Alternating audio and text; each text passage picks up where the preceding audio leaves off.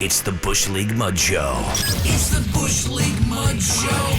Let's go. Are you ready? Make some noise! All right, May the 15th, we are in the basement, in the dungeon. It's the Bush League Mud Show. I'm Slade. PJ. Yeah, a lot to get into for this episode. Starting off with some unfortunate, sad news in the business. This actually dropped. We're recording today, May 15th. This was news that dropped yesterday, May the 14th, into the evening hours of the passing of Jerome New Jack Young. Yes, New Jack, 58 years old. Controversial, to say the least. Yes. Legend in the business. One of the more, in my lifetime, I could put him up there as far as charismatic.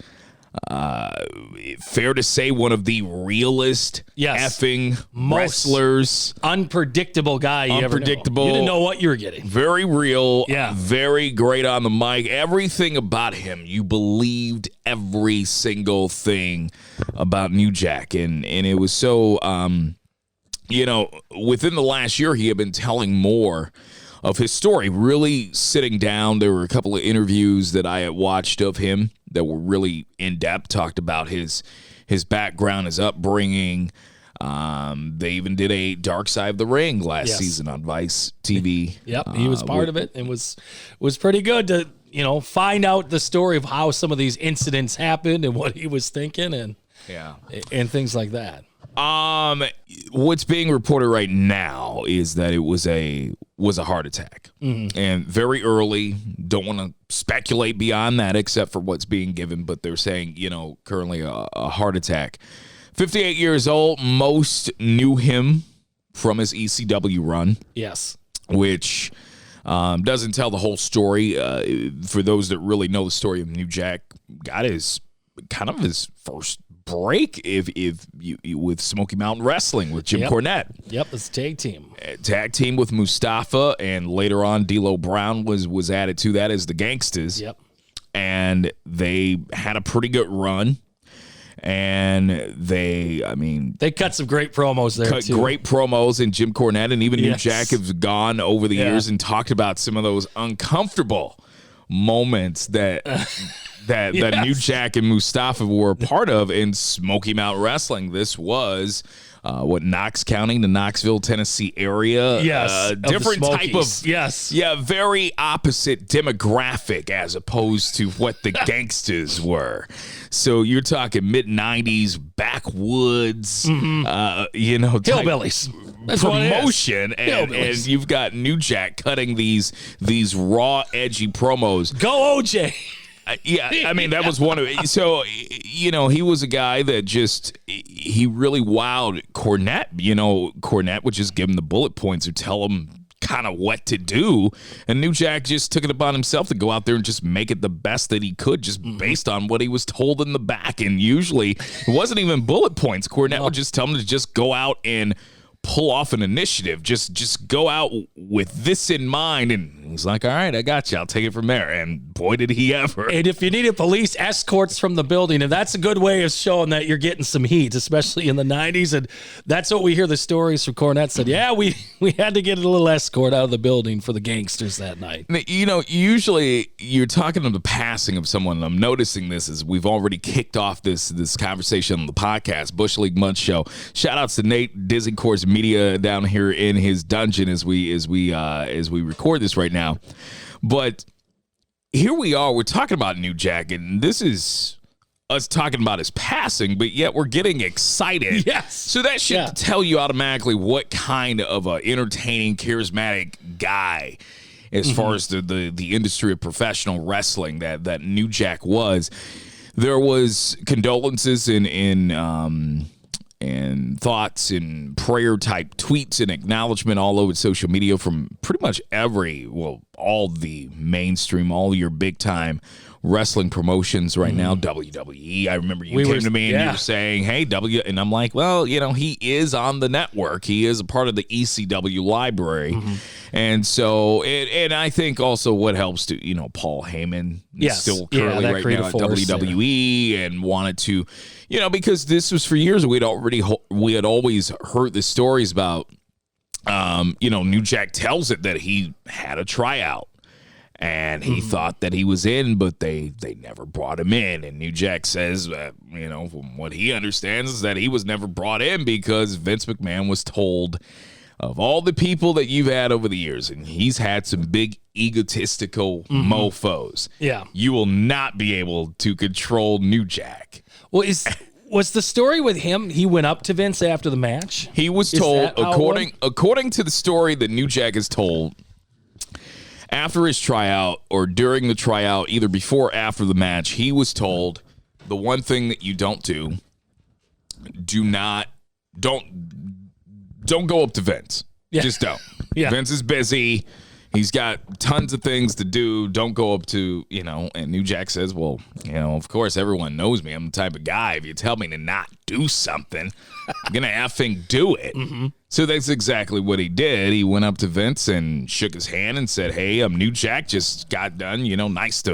Pleasure for having me here. Just went out and worked a dark match and this and that. And, hopefully we can do business. And, so I don't know. I'm not calling New Jack at all a liar saying there's a discrepancy, but I've always heard over the years that Vince actually also appreciates that type of initiative. As you get in, and I know you haven't checked it out yet, but they talk about Brian Pillman with the episode 1, the 2-part episode 1 of the Dark Side of the Ring.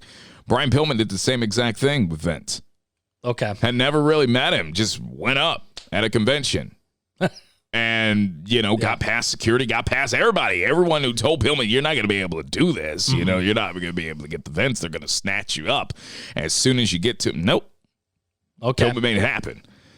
So Jack made it happen too, but and it probably did. It most likely did happen, but I think the commentary that he's told over the years about, Vince was told, well, you're not going to be able to really control New Jack. He's a different breed. He's a different beast. Yes.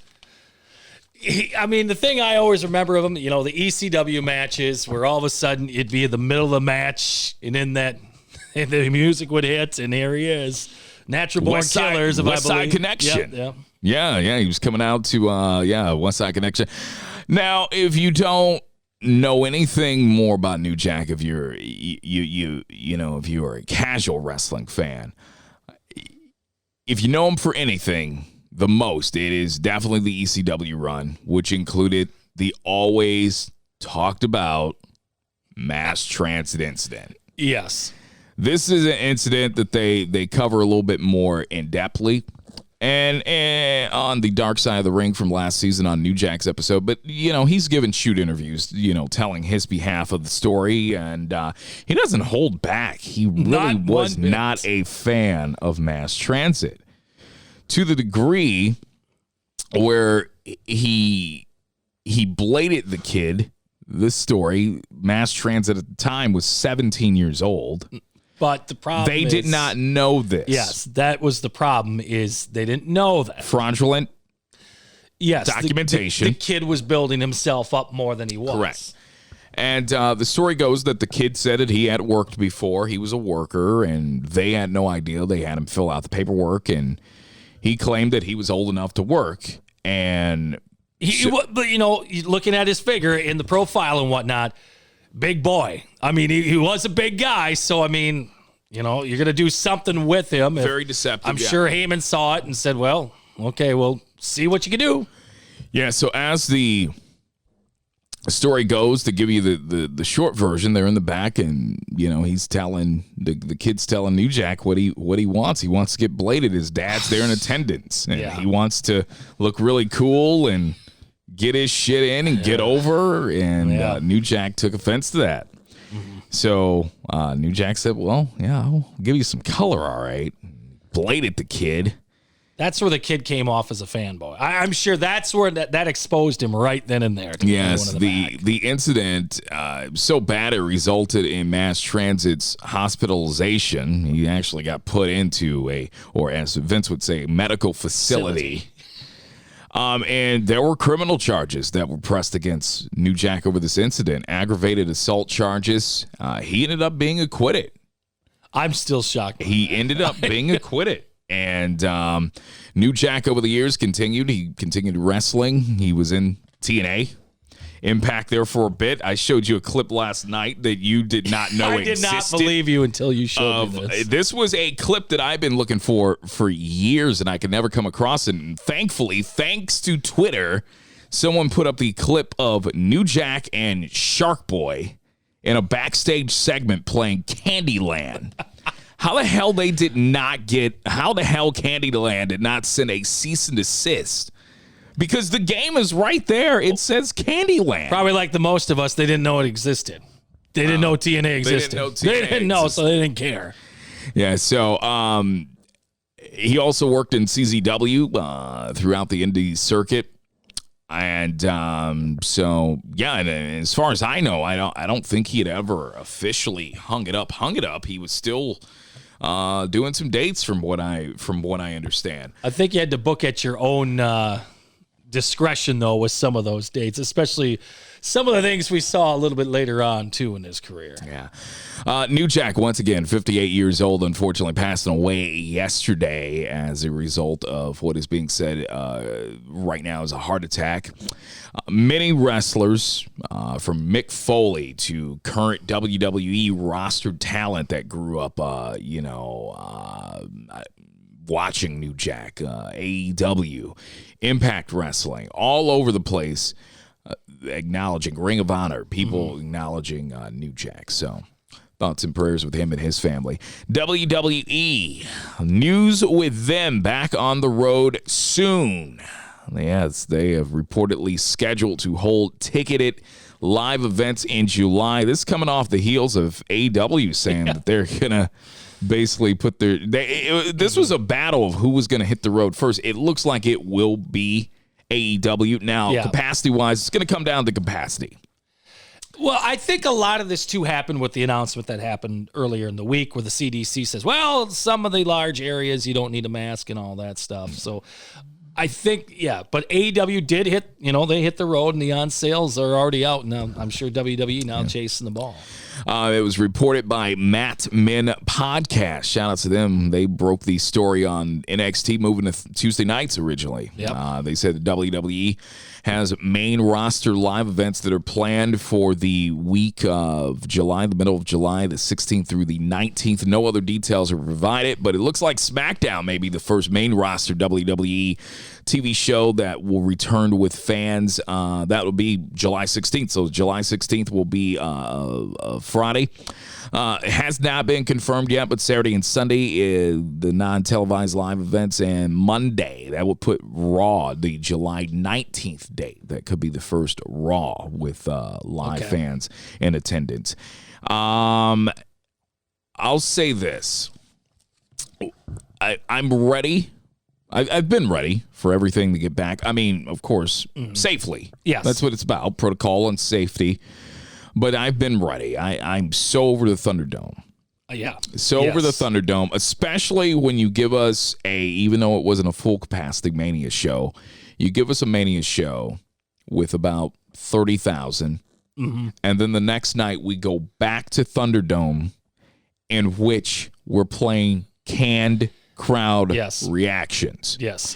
That contradict the reactions they were getting of the weekend before. Yeah. All of that going on. The Thunderdome, it was a good concept while it lasted, but we've gotten sick of that. For what we had to do to make do to get something on TV that was just not an empty arena. I mean, I give them props for coming up with the idea. No small task. Hey, I mean, the way the pictures we saw of how they built this thing was just amazing. It's basically a stage platform inside of a stadium. I mean, it was pretty impressive to see and put the work in. But we're done with watching this thing. And there's no denying that when it comes to their presentation and the production and the stage and how they set it up, and I mean, it's top notch. That is one thing I will get, but. You get to a point where professional wrestling is definitely an industry that needs a live crowd you hear the really performers bring say that, it to life. And it's tough. And it's been really tough over the last year to get a gauge on who's really over. We have a pretty good idea of who's over and who's not. But again, when you're watching week to week, Raw, SmackDown, even NXT, and you're hearing the canned crowd noise, there's clearly a narrative, a front office narrative on who we're pushing and who we don't. So there you go. John Cena recently spoke in regards to, some projects that he's got going on, and his talking about how he would love to come back to WWE soon. Last time we saw him in the ring, well, it really wasn't even the ring, but WrestleMania last year at 36, that was he and Bray Wyatt, The Fiend, the Firefly Funhouse match, in which Cena lost that, and a lot of people were looking at that cinematic match, dude, and we're saying, "Oh, is this how it ends?" Yeah. I mean, because where do you go from there? Cena was, before he got into the wrestling stuff, he was talking about his project, WWE programming on Peacock. They're expanding some content, and they're going to be adding new original series, and one of them is a show that Cena he is the creator of, and he is the executive producer. It is called WWE Evil. Which he hasn't portrayed anything like that on screen. Well, I was just wondering, as soon as I saw this in the title and everything, I was like, how is Kane not involved in this? Whenever I think of some of those evil movies from the mid to late 2000s that were part of WWE films, that he was in. Yeah. Yes. Yeah. What was that? See No Evil? See No Evil, yeah. Oh, gosh. And then they made a second one. Yes, they did, of course. They didn't learn their lesson from the first one. No. The Funhouse match, he says, was something I hold very close to me, and maybe that's another 45-minute interview for another day, because that was kind of thrown in my lap at the last minute. Mm-hmm. And I remember specifically asking what a Firefly Funhouse match was, and the answer was literally, we don't know. And in most performers, that would normally cause panic, but I was just riveted by the open field that we could possibly create something special. Now, look, to be fair, that was pretty much what you were working with throughout the entire empty arena mania that they were trying to plan on such short notice. And I thought, there was hot and cold reactions. There were some that really loved the Firefly Funhouse match. There were some that hated it. I personally, I enjoyed it. You watched it first, and then you told me what to look forward to, and I ended up watching it, and I didn't think it was bad. I thought for what it, sorry, like I'd already seen John Cena and Bray Wyatt at WrestleMania. Yeah, that's They'd what already I liked. had a match. Yeah, and that's what I like the concept of it, is they brought something back different. And as Cena would say, we've something that would help benefit Wyatt, because he wanted to put him over in the first place, but they just didn't want to do it. Wyatt lost that first time several years before at Mania to Cena. Very good storytelling going on leading into that Mania, and then the wrong guy won. For me as a fan, there's no way at that Mania at 36 last year, it would have been so flat to have a match. And think about the match that Cena and Bray had. And I thought it was an all right match at Mania some years before in New Orleans.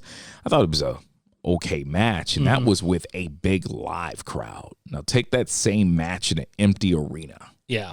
So, my thing, that they get their job, that they get their shit in, and that they do a good job of, for me as a fan, that they entertain me with the cinematic. They entertain it. Yeah. I was fine with it. So, here's my thing though with Cena in WrestleMania matches. You go like the last 4 years, he hasn't really had a standout match at Mania. He had the quick get your gear Undertaker's here squash match.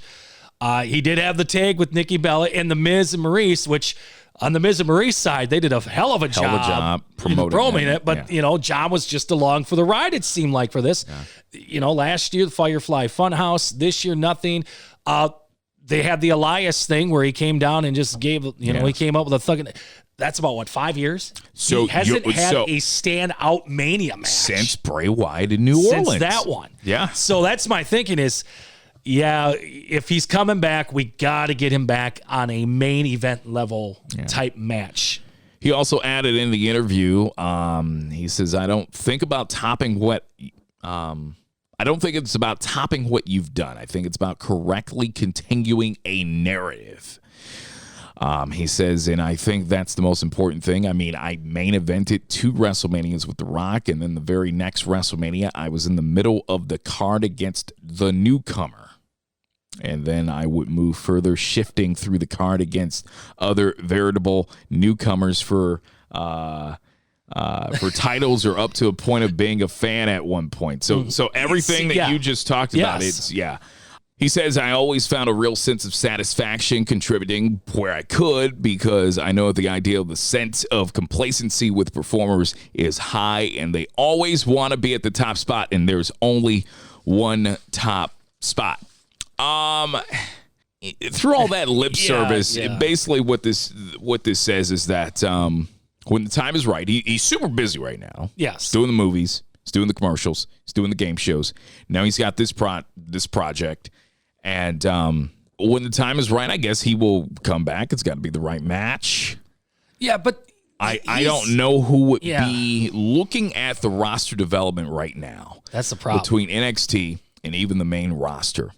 Who could catapult to a level that will entice John Cena to block time off of his now really busy schedule to come, do the favor, show up for Vince, and work a match? Well, like I told you, my idea. It's the Orton-Cena match for who beats Flair with 17. Problem is, you got to have Randy win this thing a couple more times, hot potato, to get to 16, right? Because he's, at 14 right now? That would be a big money match, I think, because you've got him. Would it be Cena or Orton to break Flair's record? Now, most fans will say, well, Flair's won at 30 sometimes, so it don't matter. But for the New York perspective of building a match, I think that would be, even though we've seen it before, I think with that kind of story behind it, that would be a good lead in. But like you said, looking at the roster and some of the young guys right now, you're not going to put them at McIntyre. Why would you put 2 faces against each other? That's not intriguing me. Lashley, I mean, they've already... They locked up, when was that? Like almost 15 years ago. Yeah, so I mean, there's not big names right now that are on, I guess, that big level of making that match huge and maybe having him come off the movie set to come back. Yeah. Daniel Bryan, his contract update. This is the portion of the podcast where we'll give you just some updates on some contracts that have been questioned. Daniel Bryan, of course, that's been the top one that people have been talking about the most for the last several weeks after it was reported that his contract had expired, which led into the stipulation match between he and Roman that the loser, that Bryan, if he lost, he'd have to leave SmackDown. Yeah, basically, we don't have him under contract, so we don't know where the hell we put him if we did. Right. Well, we need to rework this contract. Yeah. And just in case, we can't say that he's leaving the company because if we can agree to terms, then what the F do we do with him? Yeah. So let's leave that door open. I mean, this all points to him being on Raw at some point if they can get things done. And from what I understand, multiple reports, Vince McMahon, even though he didn't say the person by name, very confident that he will be able to re-sign a top performer or bring back a top performer. All right. So conversations have got to be going, right? Especially when his wife is still in good standing with the company. Yeah, their whole his father-in-law family is still. So there's that olive branch there. So, and he's been working more on the creative side too, in the SmackDown things as well.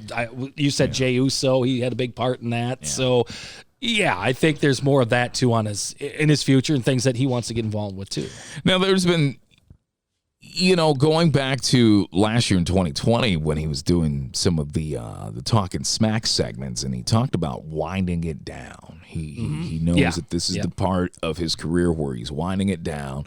And he's always talked about, and I believe we talked about it a couple of episodes ago, about there have been matches that he never got to work opponents. He never got to face fresh matchups with people who don't work in New York. Yes. And there's talks that, okay, well, maybe he wants a new deal that will allow him to have his cake and eat it too.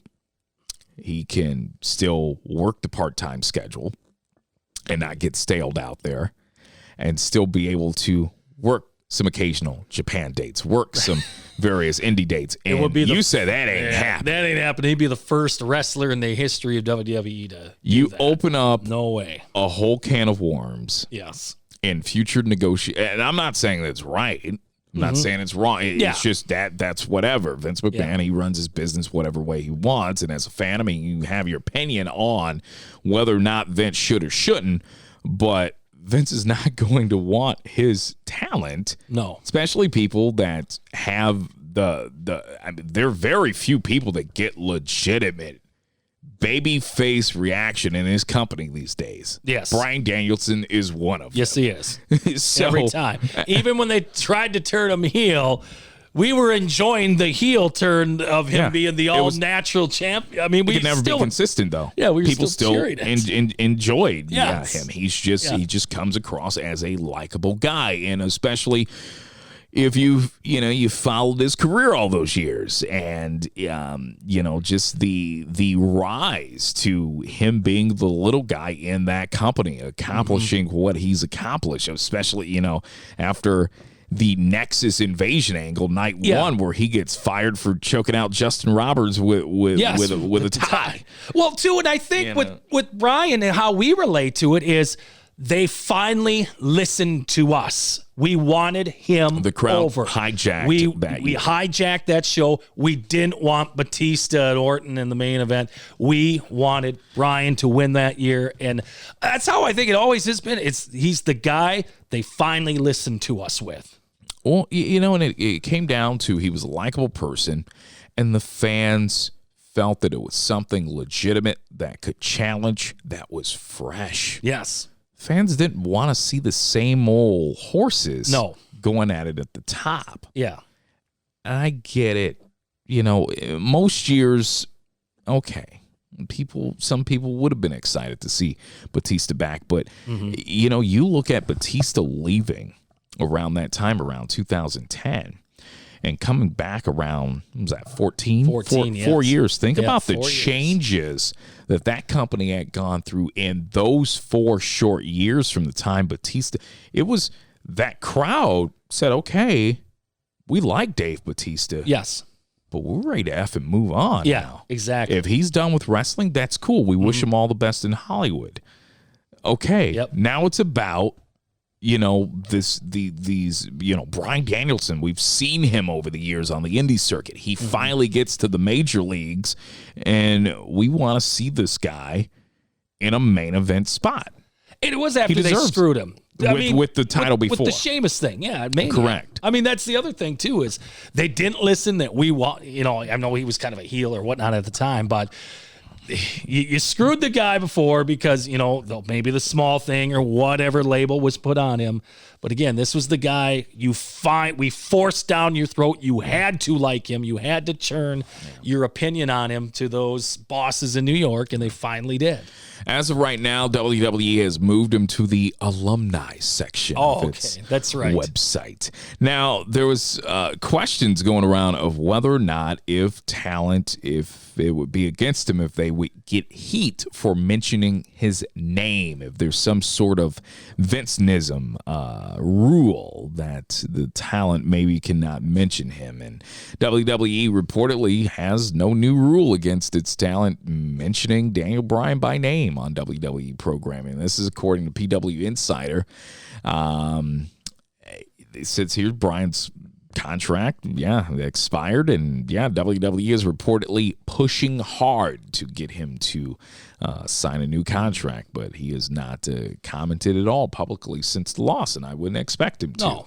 No, I mean, that's, I don't need to know what they're negotiating in the contract. Just get him back. Surprise me, too, when you bring him back. Yes, Don't tell me 2 weeks in advance. Yeah, so let's promote it not blow it over the weekend. Heavy on USA that he's going to be on Raw Monday night. Yeah. Brock Lesnar, while he is not under contract with WWE, reportedly he has absolutely no interest in going to AEW. Surprised. When asked about the possibility of Lesnar appearing at WWE SummerSlam in August, Dave Meltzer of the Wrestling Observer Radio, he said, quote, "I have not heard about SummerSlam. I would have thought that he would have been at WrestleMania, but he's not under contract. He's not going to AEW. I mean, he's just not. I suppose SummerSlam is possible, but I have not heard any whispers in that direction." Vince McMahon is seemingly, when it comes to certain guys, and, I'm sitting here right now, I'm thinking hard. That's why I'm like, but I'm thinking hard. Like, there are very few guys, but there definitely are some individuals that Vince will pony up any kind of money and do whatever needs to be done to keep them in the WWE family. Brock Lesnar is one. Yes, he is. We've seen it. Vince has thrown all kinds of bones at Brock to not to keep him away from Dana White and UFC. Yeah, see, so that's it's not just thing. an AEW thing. Exactly. Even with UFC. Great point. Yeah. So, well, if he saw AEW, he's like, that's the thing, though. Khan could I don't offer see him getting along very well with any of the people. I wouldn't, AEW. but Brock likes money, and Khan's got a lot of money. Brock Lesnar. What are you thinking? We're gonna get that death match that John Moxley won? No, with we Lesnar would. He would say, "Fuck that! Well, I'm not doing that." You think Brock Lesnar? You think he'd sell his soul and take the money to sell to Marco Stunt? Yeah, he'll take a Canadian destroyer from Marco Stunt. Is that what you're saying? I'm just saying that Khan's got money. Yeah. So if Brock wants to work against Vince and say, well, AEW guy over here is offering me so-and-so, goes back to New York and says, well, what are you going to give me? I'll say this. I mean, he could work the sides. Here's a big reason why I don't see this happening, because I don't even think AEW will be able to get him on the phone. How do you reach Brock Lesnar? Well, Brock Lesnar is very close to Bill Murray in terms of how you get a hold of them. You have to go out. You have to contact whoever their closest person is if you can get their number. In this case, it'd be Heyman. Yeah. But I don't even think Heyman would even take calls from them to relay messages to Brock. Well, I heard the story from Pritchard on Something to Wrestle at one point that I don't know if it's still true, but he's got like a phone down the road from his house. Heyman's told the story. It's like a payphone or something like that. He's told the story. He goes to. Yes, he gets in his truck and he drives down. He's got acres of land. He lives on this farm. And Paul Heyman says, if you can actually get a hold of Brock, if you tell him you're going to call him at this specific time,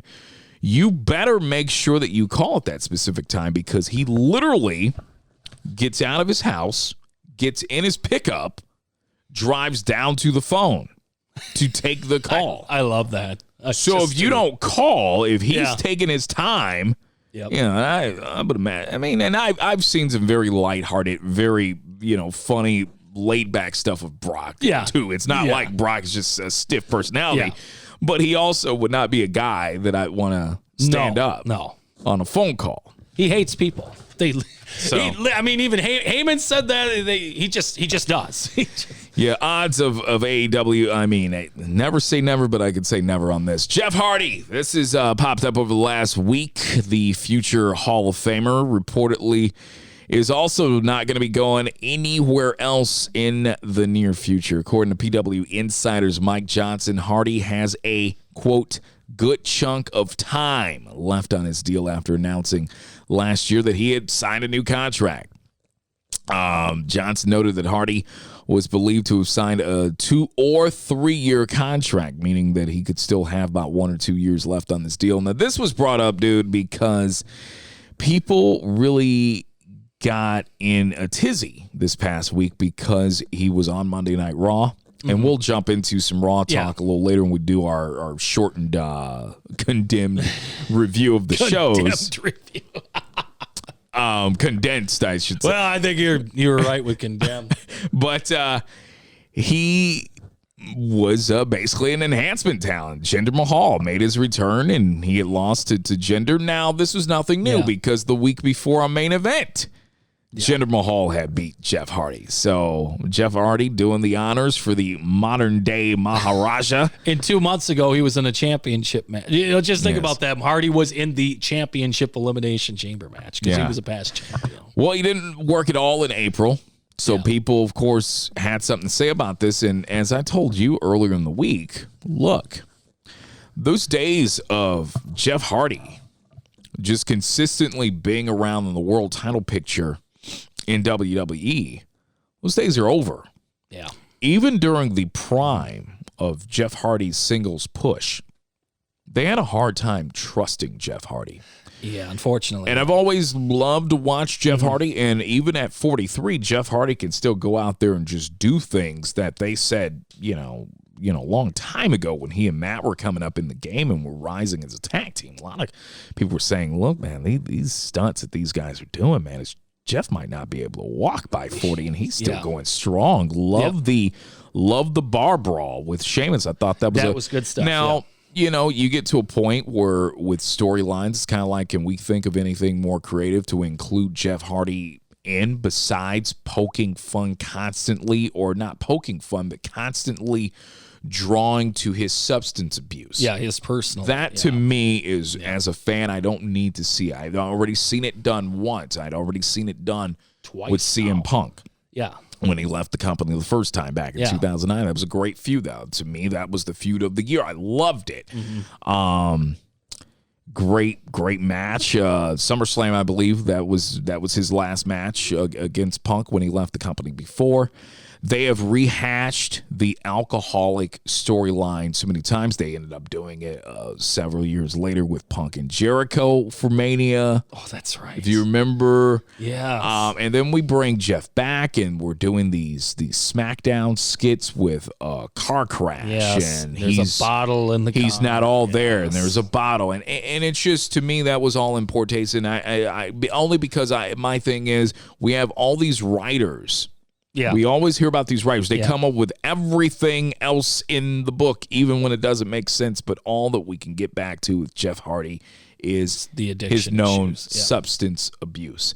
Now, I don't know what his current situation is with a pending charge that he's got to go to court for. The strange thing is because that charge, he got picked up that February, I think, with the DW, with the drunk driving. Right. And then they turned it into a storyline like that June. And it's like, geez, guys. Yeah, it wasn't even fresh. Yeah.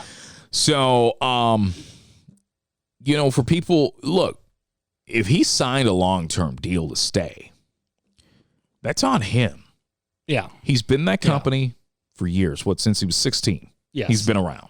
16, 17, he was a teenager. He was a baby. He knows how Vince works. He knows how that company works. He's been around for all the different phases over the last 25, 30 years of that company. He knew what he was getting into. Yeah. When you sign that deal, it secures you in terms of, okay, you got a contract, and if they really want to get rid of you, they'll have to release you or whatever, and you go through the whole non-compete or whatever, because people are saying that they would like to see Jeff in AEW get one last tag run with Matt. No. We got that pop at Mania. I'm good now. I don't need any more Hardy Boys. I'm sorry. But the other thing, too, I'm just going to say, with people bitching and moaning at how they're using him, I don't feel bad. I don't either. And think about how many performers show up at the show and they sit back in catering and they're not being used at all. At least he's going on there. He's a name.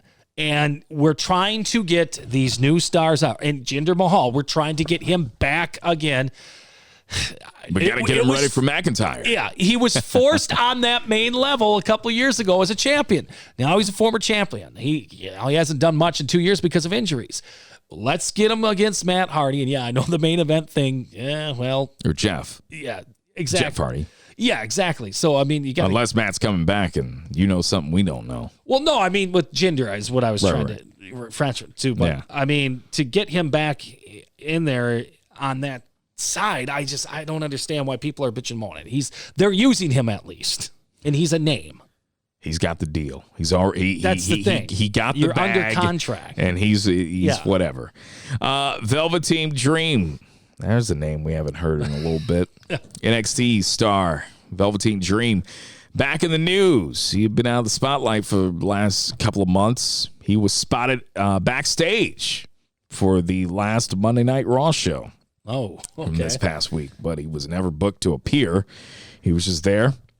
In an update, the Wrestling Observer newsletter is reporting that Velveteen Dream has also been back at the Performance Center this past week, which is very interesting, being that he's been away for some time. Last time I want to say that we saw Velveteen Dream, he lost to Adam Cole. That would have been back in December. So as of right now, still no word on why he was at Raw or if they have plans on bringing him back to television anytime soon. But we shall see. Velveteen Dream, the big reason they got cold on him after catapulting him legitimately. You saw him and you said, okay, we got something with this guy. There were some allegations of lewdness, if you will. Yes. With minors, allegedly. Yes. On social media in the DMs. It's going down the DMs, allegedly. Allegedly. So that's what's going on with Velveteen Dream. Another person spotted at the Performance Center. Zelina Vega, who is reportedly back with the company. 7 months she was gone. There was a departure there. A battle over third-party usage. Twitch. Which a lot of people supported her in that. A lot of people supported everyone who wanted to get a little side hustle going. WrestleMania payouts ain't exactly what they used to be. No. And people wanted to do their thing, get out there with the whole, get some of their fans, the audience, to follow them along, and they start gaming, Twitch, whatever it is. And there you go. She was doing it, and she was having a really hard time because the company put in an initiative that they wanted their talent to get rid of third-party, they wanted their talent to get rid of the third-party platforms because they wanted to get into the game. And capitalize. And as we investigated, boy, they're trying really hard now, aren't they? Now, my pushback, though, my thing was that I was on the company side I totally understand if the talent is using their stage name on the third-party stuff. Yeah. So if you were going on there as Zelina Vega, if you're going on there as Big E, if you're going on there as Paige, WWE, if you're going on there as Roman Reigns, I get that. I get that.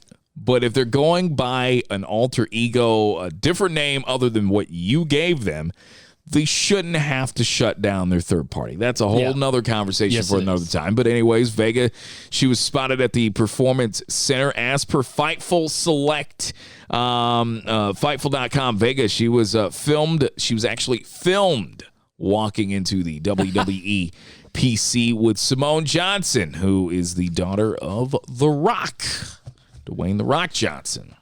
All right. So that brought up the question of why is she being filmed? What's the purpose of the footage? And right now that is not known. So there you go with that. Now, one of the things I talked to you about with this is, number one, she shouldn't have been released in the first place. No. I thought Zelina Vega was one of the shining bright lights, very few that they had in 2020 on Raw. The amount of times that her and her crew had to go out there multiple times at times during the night on Raw, 3-hour show, and do their best in an empty arena at that time. This is before Thunderdome.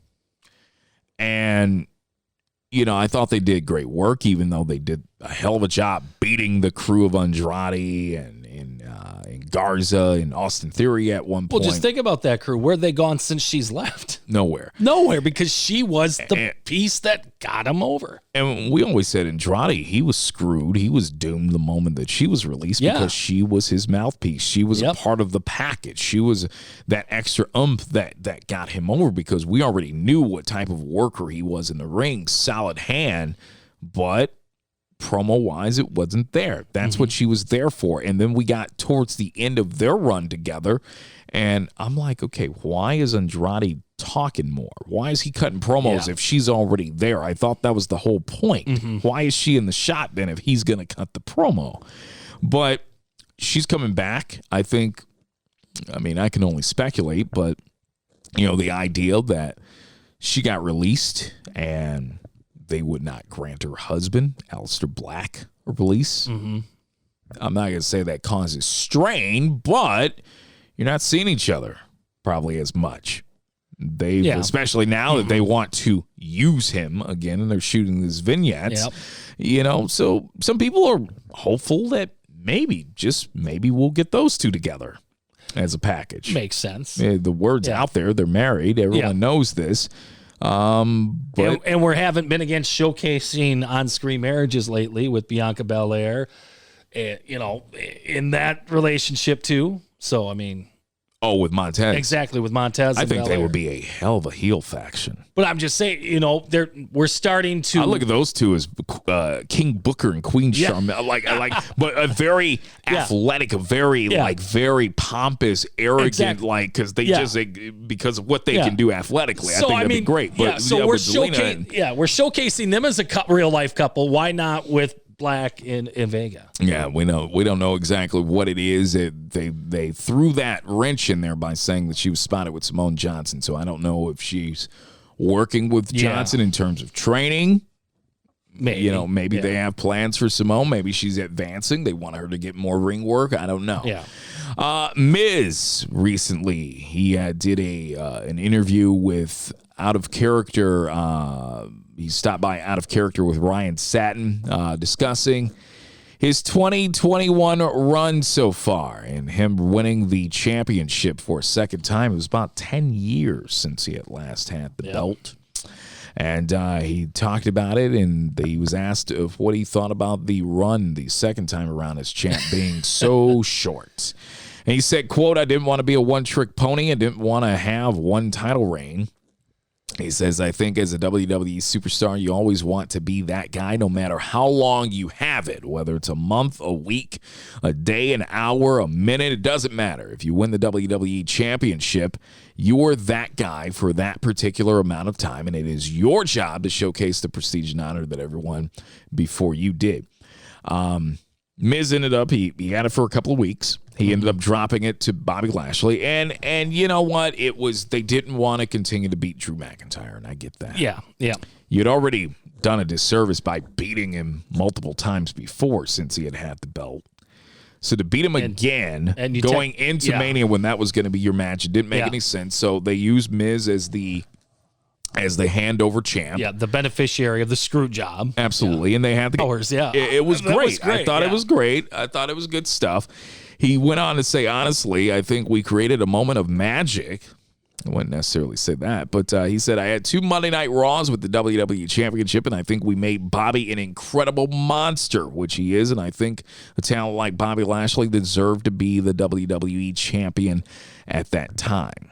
I was just so proud that when he covered me, 1, 2, 3, and the lights went out and the show was over. We had a lumberjack match, and all the fellow WWE superstars were around. We were all very, very happy, very proud, and to be witness to Bobby. So there you go. SmackDown or Raw, is someone moving? According to reports, WWE may be making several Raw brand roster additions. Well, I would hope soon. so. We're after Mania. We usually have a shakeup. Yeah, it's been recent talk that within WWE, the Red brand needs some fresh faces. There's said to be a feeling that both Randy Orton and Raw Tag Team Champion AJ Styles, having tag team roles now, have left the top of the card a bit weak. Yeah. I mean, it was a little weak even with them at the top. With them in there, yeah. There's no one else behind them. That's the problem. One idea discusses to give Damian Priest a big push, who he has been feuding with The Miz for the last couple of months. They are going to have what looks to be a blow-off. It's a lumberjack match at WrestleMania Backlash tomorrow night.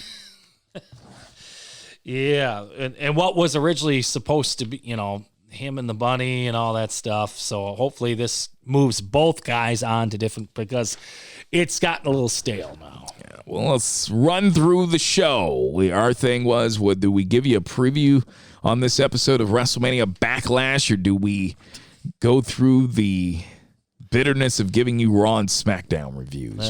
We flipped the coin and we decided to give you the TV shows. Yes. Also, we didn't want to do the pay-per-view review anyways. No. About this. WWE Raw.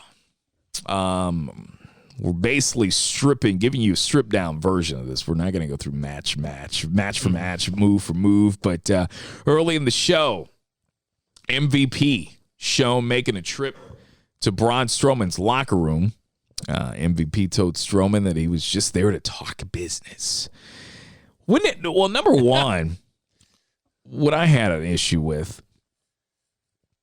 Braun Strowman never won a title. Not a world title. Well, he did, but I kind of don't count it. It's a little silly, right? He had to beat Goldberg. Okay, well, never mind. I'll refrain. Right. Yeah. From that. Well, let's retract that. He has been a world champ. But I want to know, what has Braun Strowman done to get his own locker room?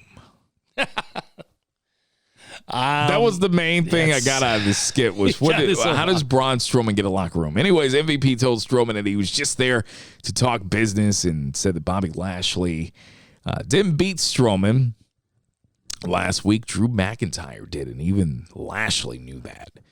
MVP then floated the idea that if McIntyre were somehow injured, that the scheduled triple threat match at WrestleMania Backlash would instead be a straight match between Strowman and Lashley for the title.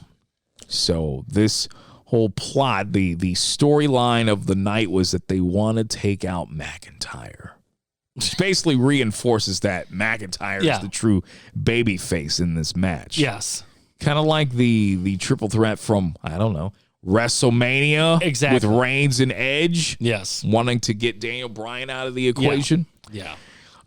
Yes, we had Drew McIntyre in a rematch from WrestleMania with Bobby Lashley. That's the problem. They've given You've given us basically the same Raw every single week since WrestleMania. And now we've seen a rematch of some sort. And that's your pay-per-view match now. It wasn't the only rematch from WrestleMania that went on that night, though. We'll talk about that soon. So this match ends with a disqualification, interference from Strowman. After the expected back and forth, McIntyre hit Lashley with the Claymore. Strowman's music hits before McIntyre could get the pin. Strowman attacks from behind. Strowman, shakes hands with Lashley after he takes out McIntyre. They share a hug, and then Lashley also receives a power slam. End show. There you go. That was that. That was basically your match between those two. Yeah.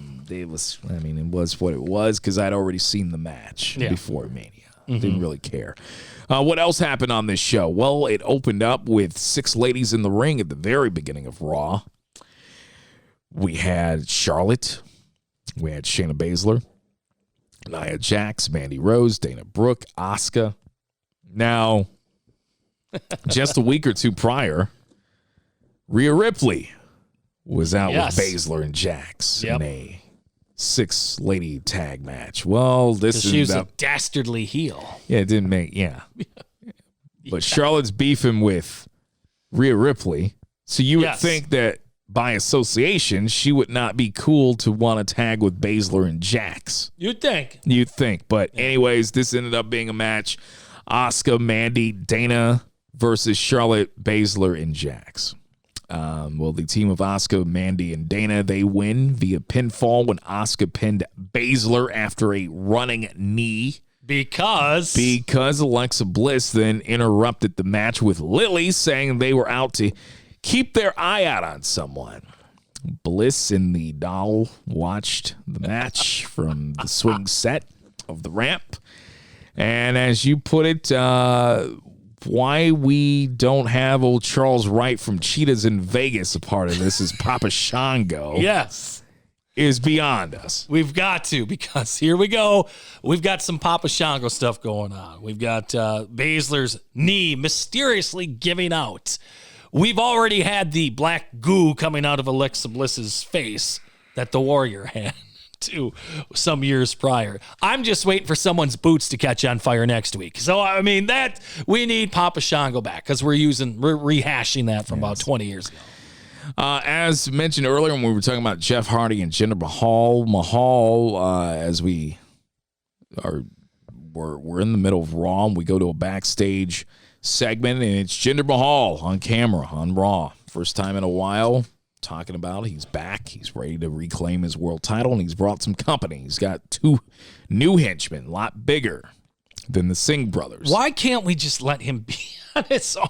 I mean, he is a big guy, and he should be able to win clean, right? He should be able to win, because I know he had that kind of a chicken shit run as a champion. It was actually solid with the Singh brothers, helping him maintain the title. I get it. Yeah, but we don't need to he on his own should be able. I just don't understand it, I guess. The 2 men, they go by the names of Veer and Shanky.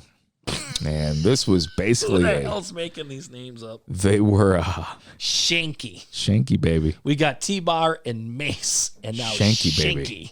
Well, Veer and Shanky could have been potentially, maybe they were originally planned to be a part of Retribution. T-Bar and Mace.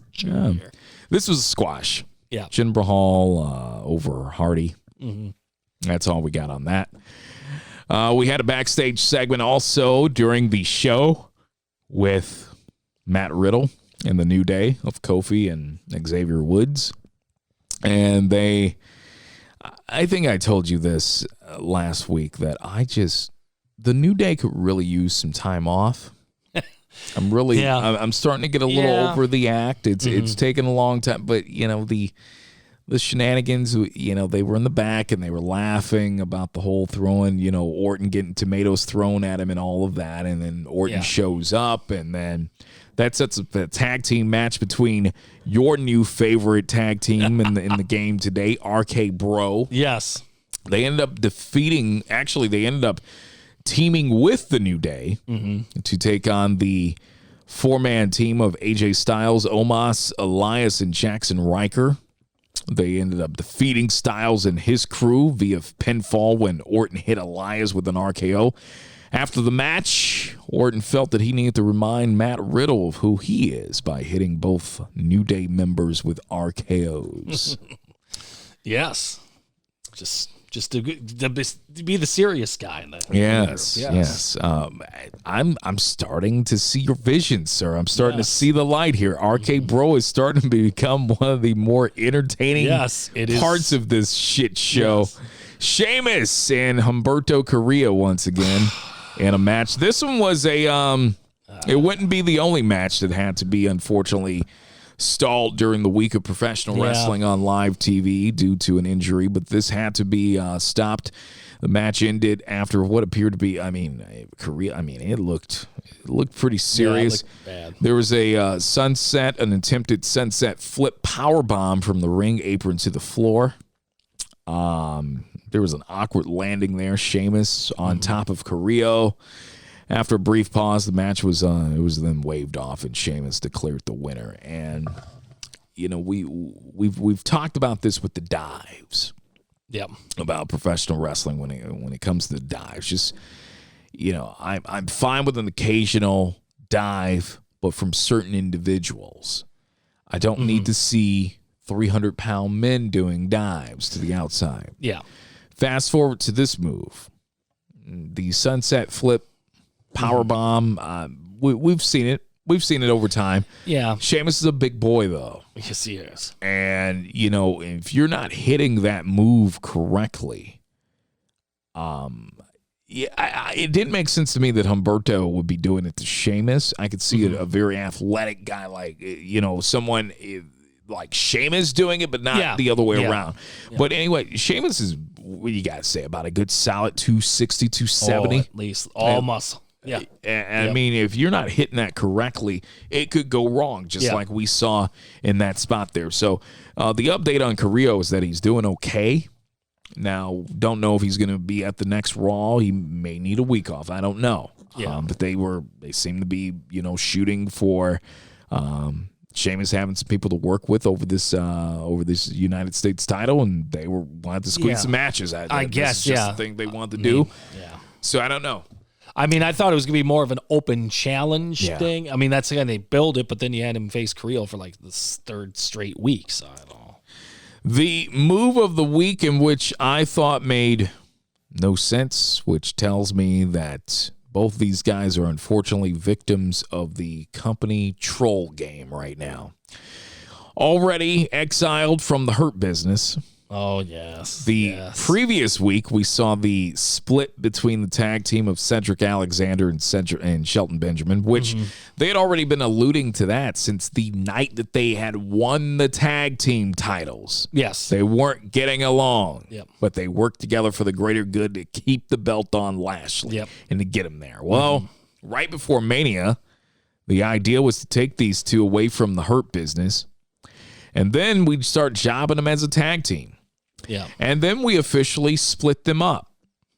And then we eventually put them in a one-on-one match where we saw, okay, Shelton Benjamin's been around in the game a long time. He's going to do the honors for Cedric Alexander. Wrong. Yep. Wrong. Yeah. And Alexander dominated this match for the most part. Yeah. But it's a shame what they're doing to both these guys. It just really is. They had a great thing with the Hurt Business. Still could be running with that crew.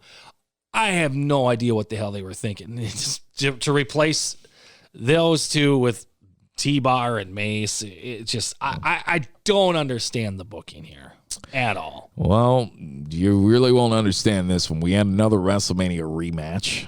Asuka versus Rhea Ripley. Yes, we had Asuka come back out again a second time. This is the second now Raw since Mania that they have had a rematch. Because they had one the night after when we were trying to boo Rhea. Well, Rhea after Cheers the night before.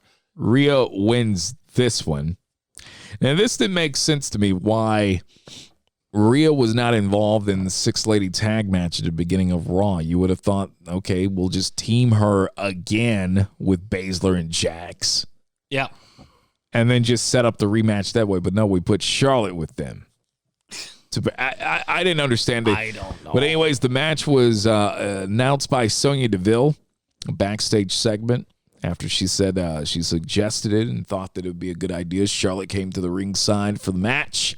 Obviously, the person who had planted the ideal of having the women beat each other up before Backlash, the triple threat match for Ripley's Raw Women's Championship. So that's why she was out there. Ripley wins the match, and on we move. What do you think of the Sonya Deville thing, though? I like it if it sets up Sonya eventually getting a crew together. Okay. Getting a group together. Yeah. I think we're clearly using her right now in a role where she's going to undermine. Yes. And Adam Pearce. Yeah, and it's showing that. Yes. But just when Charlotte dressed her down, was it 2 weeks ago? I'm like, whoa, now what are we doing? Because I thought they were like on the same page, and now you had Charlotte as the super heel, even going against Deville. So I was like, well, I was all confused by that. So I don't know if this is a planned where maybe we might see a Charlotte Sonya Deville duet. Well, that's what I would duo at some point. It would, where maybe Sonya is the muscle for Charlotte, or Yeah. honestly, I just love to see Sonya just back in the ring. She made great strides, especially on the mic. Exactly. Yeah. She made me actually give a damn about her feud with Mandy Rose. Exactly. It was, and so I don't know. And then the other match, we had Damian Priest and John Morrison.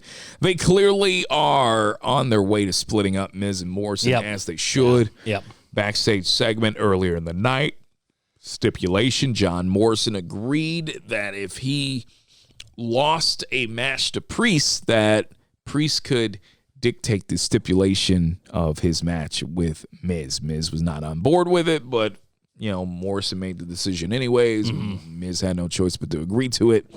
And in the match, Damian Priest ended up winning via pinfall with the Hit the Lights. The match carried the stipulation, as I talked about before, and this is going to be a lumberjack match at WrestleMania Backlash. Think about that. We're going back to lumberjack matches here. They've been the popular theme the last couple months now, back when we haven't had a lumberjack match in probably 6 years. Friday Night SmackDown. Family drama continuing with Roman Reigns and the Usos. Jey Uso opens the show with an in-ring promo saying that he'd have to take care of some family business after he felt disrespected Roman last week. Jey then welcomed Reigns to the ring. The Universal Champion made his way to the ring, cut a promo. Mainly on Cesaro. Jimmy he goes back and forth with Jimmy, who refuses to acknowledge Reigns as the head of the table.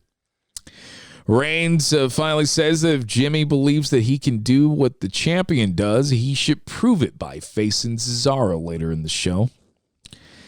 And this ended up happening. Cesaro defeated Jimmy Uso via a DQ after interference from Roman. Yep. So if it ain't Roman interfering, then it's Jay. Yep. Yeah. Jimmy was wrestling. This is his first match, 14 months, man. I'll tell you, these brothers, great tag team. Mm-hmm. Yeah, they are. Solid solo guys. Yeah, they It wasn't are. just Jay. No, yeah, Jimmy too. These guys are just good workers. Yes. All around. 14 months. First match in 14 months. Showed most of the old tricks, including faking a knee injury. Creating an opening for the super kick. Once Cesaro seemed to have the match in hand, Reigns ran in to attack Cesaro from behind for the disqualification. Jimmy storms off, telling Reigns that he had to make everything about himself again. Yep, because Jimmy's like, I had him. And says Jimmy and Roman argued. Cesaro attacked Jay. Reigns demanded Jimmy get in the ring and help as he and Jay continued the attack. Jimmy came to the apron after seeing Jay attacked, aided Cesaro's super kick. Cesaro then hit Jay with the neutralizer as he told Reigns that it would be his fate tomorrow at WrestleMania Backlash. Yes. Cesaro dared Reigns to do something before hitting a second neutralizer as Reigns looked on. I thought it was all-around good, solid stuff. I thought it was a good match. Yeah. I thought they are continuing to tell this story about the other Uso, Jimmy, and his conflict with Roman. And it's good storytelling because it goes back to Hell in a Cell, the match with Roman and Jay, and Jimmy coming down to save his brother. And they're having an emotional family moment. And then Roman then puts a submission on Jimmy. Yes, he did. And it's Jay who sacrifices and says, no, I quit. So we're continuing that. I'm glad that we did it that way as opposed to just bringing Jimmy back and they're all hugging and they're just a big faction together. I think we'll get there eventually. I think you just need time. We have plenty of time before next year's WrestleMania because clearly they have something in mind for Roman. I think they kind of want to do it this year. But now you make him even stronger. Yeah. Both individually for him. Make him a strong champ. He's a heel champ now, so he should automatically be unstoppable, faction or not. Yes. He's got family involved. He's got Paul Heyman involved. I think this has been one of the best parts of WWE television over the last several months. Yeah.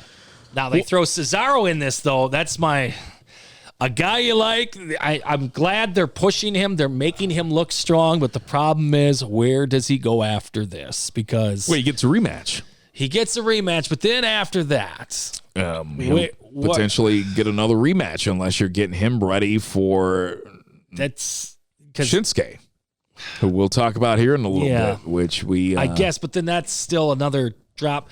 Because, you wanted to push him and get up on that level. Now he's going to probably fall back down to the mid-card area. I don't know if it would be considered falling because when you talk about the case of Cesaro, he's one of the few guys in that company that you could beat nonstop and it won't hurt him.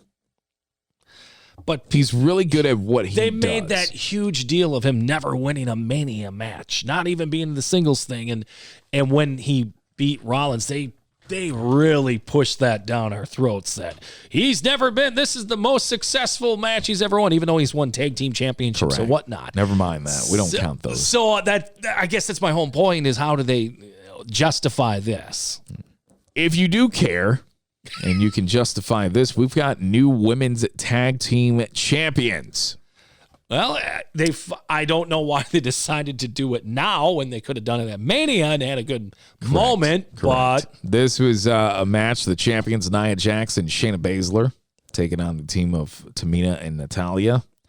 Natalya and Tamina, they win the titles via pinfall. Reginald was ejected from ringside after some early interference, evening the odds for the match. Wild finish. Tamina hit Jax with a splash for the pinfall. This is the first major championship win in the company for Tamina, who's been around for quite a while. Well, I mean, do you count the 24/7? She had a little run with that. That's right. We haven't seen that belt. That. When was the last time we saw that belt, by the way? I saw, well, it was that Old Spice commercial, right? That's the last time. Apollo Crews, he held the ceremony to award Commander Aziz with the Nigerian Medal of Honor. All right. Big E interrupts the ceremony when he appeared on the Tron, saying that Crews would eventually have to feel his power. Sami Zayn then interrupted the segment, tried to sympathize with Crews, but was berated by saying that he just deserved an opportunity to win back his Intercontinental title. This brought out Kevin Owens, who then chased Zayn into the ring. Owens was then attacked by Crews and Aziz until Big E ran in to make the save, only to be hit by an accidental super kick from Owens.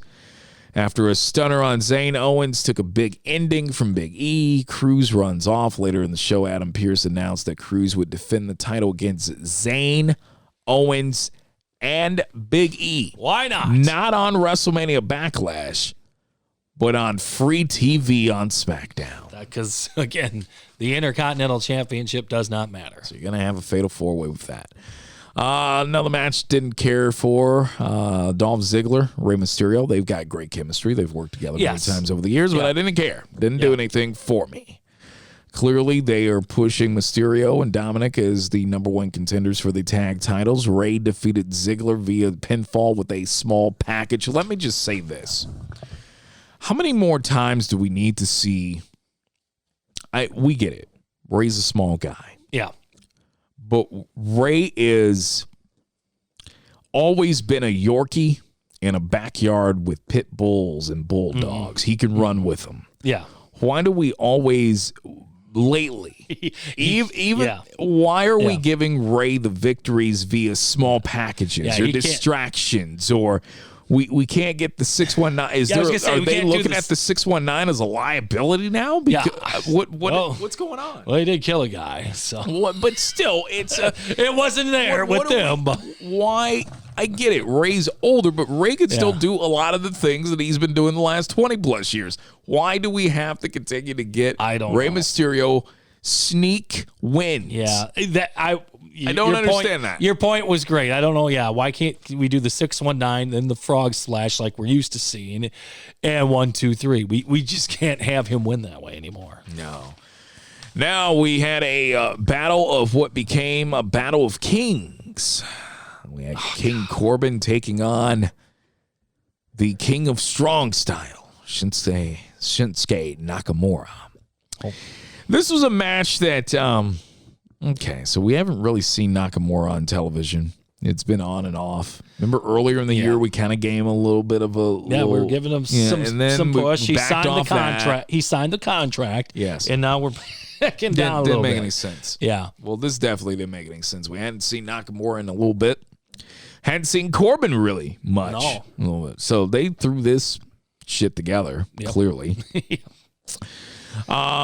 Corbin wins the match. Corbin wins the match via pinfall. Counters an arm bar into a stacked pin. Nakamura then hits Corbin with a Kinshasa. Sorry. For the match. Yeah. And then steals Corbin's crown. Oh, God. The crown thing, the gimmick. Lots of social media clips, photos, GIFs, all that last night of Nakamura posing with the crown. So this is we had nothing for these two, and the best that we could come up with was, hey, how about we do a king of the ring, which I feel bad for Corbin, but he won that King of the Ring, and it doesn't mean anything anymore. It hasn't for years. Think about that. They've been running with that gimmick for, 2 to 3 years now with Corbin? Yes. It's time 2 to 3 years. They've stuck him with that thing. All right, so that's your WWE news for the week. Got that out of the way. AEW, what's going on there? Well, PJ, apparently some of the EVPs, executive vice presidents, reportedly not on speaking terms. Trouble in paradise. Several reports have surfaced that recently suggest that things backstage at AEW not good. Specifically, Wade Keller of PW Torch noted on a recent podcast that certain members of the Elite are no longer talking to one another. Ooh. Keller noted that, quote, there's going to be a book written someday by some of these EVPs or someone else closely observing, and we're going to learn about a lot of the dysfunction. He goes on to say that the very short honeymoon period in AEW is over. Keller noted that there are certain key people who aren't even talking to each other anymore. One has to wonder what this means for their on-air product and the company operations of AEW's Tony Khan can't get things back on track. I could tell there's something because Cody is now being featured altogether differently than the Omega and Young Bucks segments. You can tell. I know I could pick up on it that I think there's something going on. It's been this way here for a while, though. Yeah. It's not like this just happened overnight. And maybe it could have been like with the gender reveal thing, like just little things like that. Like, why are we doing this? They could be questioning that, or he could be questioning. And like I said, I don't know for a fact these are the ones going back and forth, if that's who it's about. But just from watching the product, I kind of do feel that. I feel there's something going on, that there's a big disconnect between some of the big parts of the show. Not that they have to be involved in the same segments or everything. You can just feel that with the formatting of the show. Yeah, Keller went on to say that there's really no way AEW is going to keep all this quiet.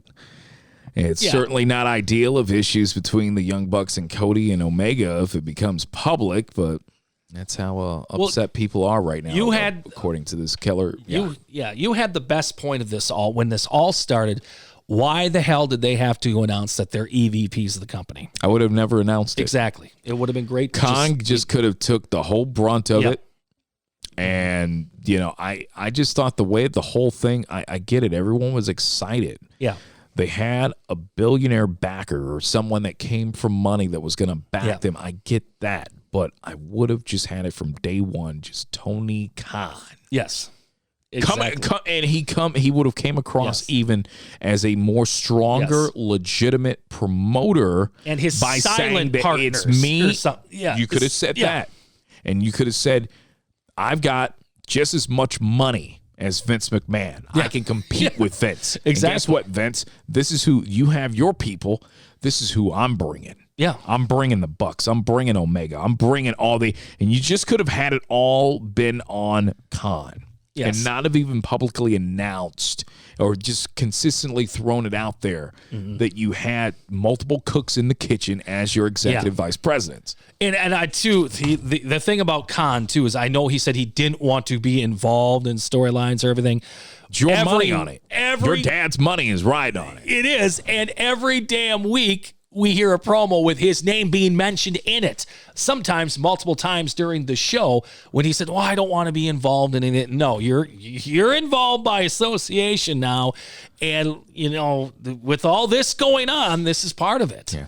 Because of all the friction, Jason Powell of ProWrestling.net is reporting that a major free agent has already looked at AEW and is very hesitant about going there. Not interested in joining a promotion that reportedly has a lot of infighting. And I don't. Must have been Brock. Bryan Danielson. Yep, Bryan Danielson or Brock. Yep. That I don't know. But what we do know, at least reportedly, allegedly, is that maybe it could have been Andrade. Okay. He could potentially be all elite. The former WWE talent, he reportedly has been in talks with AEW. There's no word yet on how far the talks have gone, but the Wrestling Observer newsletter is reporting that he has definitely had some negotiations with AEW. Now, look, I'm not doubting that. They probably have talked, but after getting burned about the Tessa Blanchard thing a couple of weeks ago, I don't know what to believe and what not to believe anymore. Yeah. Bush League Mud Show, Slade and PJ. Nate's Dungeon Dizzy Course Media. We're just here to give you basically, I guess, the wrestling rumor report. That's what this That's podcast what it is. Yes. Without the 800 number, we're not charging. Or was it 900? No, 900 was the that was the more explicit. That was the more, yes. Yes, no word yet on that. Andrade, he got released, if you remember, of course you do. Got released by the company in New York, WWE, back March 21st. He originally requested his release back March 8th. They just let him go, dude, as we talked about before. That 90-day non-compete clause, they did not give a damn. Well, you can go ahead. You can go, Charlotte. You can come back. We've already checked out what the competition has to offer out there, and you ain't gonna be doing anything any better than what we got you doing. So good luck. Yeah, it could be. So Andrade, he recently challenged a top AEW star to a match. It's revealed earlier in the month that he had joined the AAA promotion in Mexico. Oh, that's right. So he's very familiar with. Yeah. The video package that had revealed his signing, it included Andrade issuing a challenge to AEW World Champ, Impact Champ, and AAA Mega Champion Kenny Omega for AAA's Triple Mania event, which is going to be taking place later on this year. I don't remember exactly what month that's going to be, but Omega responded to the challenge and said that he needed some time to think about it. So no, he doesn't, because it's another promotion's belt. You got to defend the damn thing. So I mean, that's with this whole Thanos gimmick. He's going to defend these damn belts. They're not going to say, "Yeah, you just keep it." Yeah. Injury updates. We had multiple ones this past week in AEW. Kicking off first, Orange Cassidy. We'll talk about this a little bit more when we get into the Dynamite, the stripped down, watered down review of that show from this past week. But Orange Cassidy, the original finish from that match, he was wrestling Pac.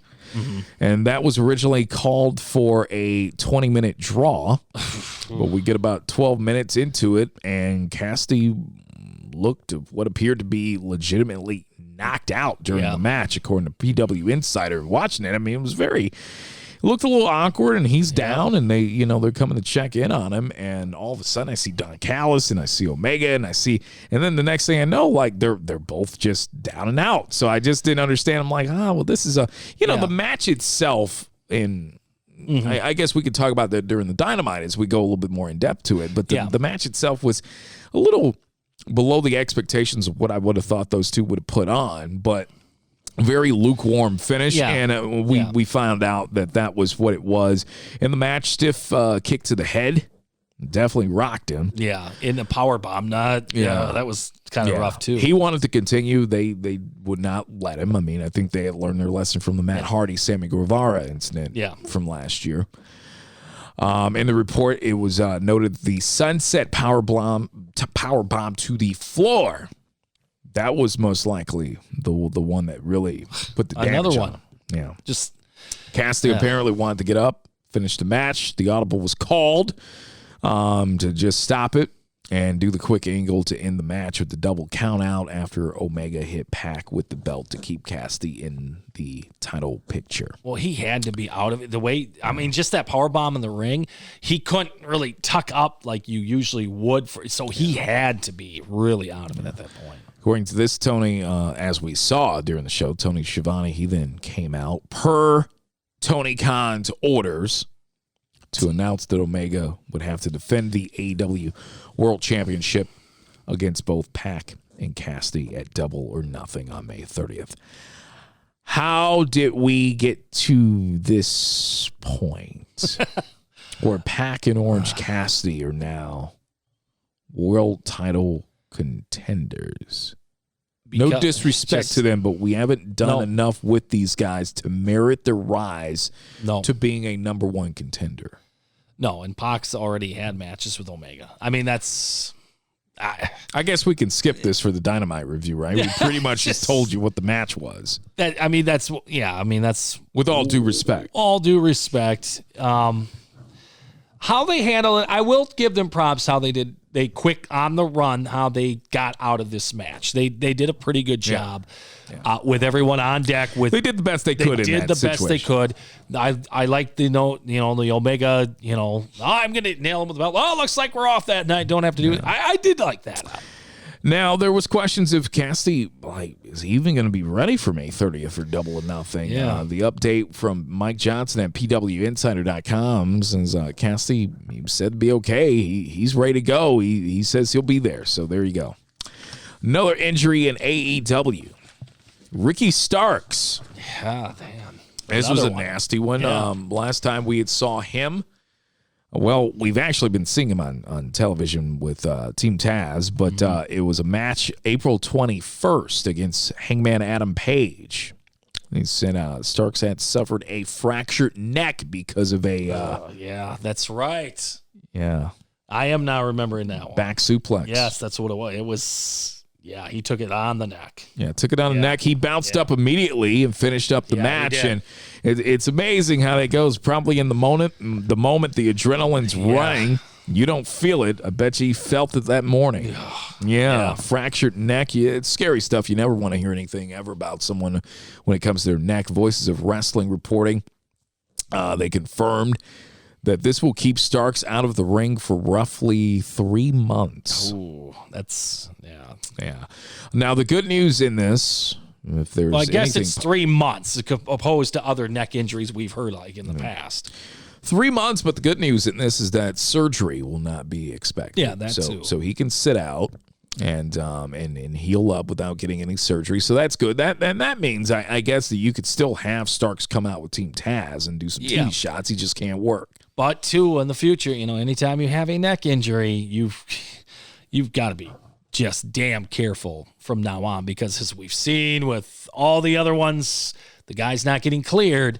Once you have one, you're fragile to the next one. There was also another report during the week that was circulating that Starks was dealing with knee problems as well, and could potentially be out a lot longer than originally suspected. However, Starks himself, he immediately denied that rumor, claiming that his knees are just fine.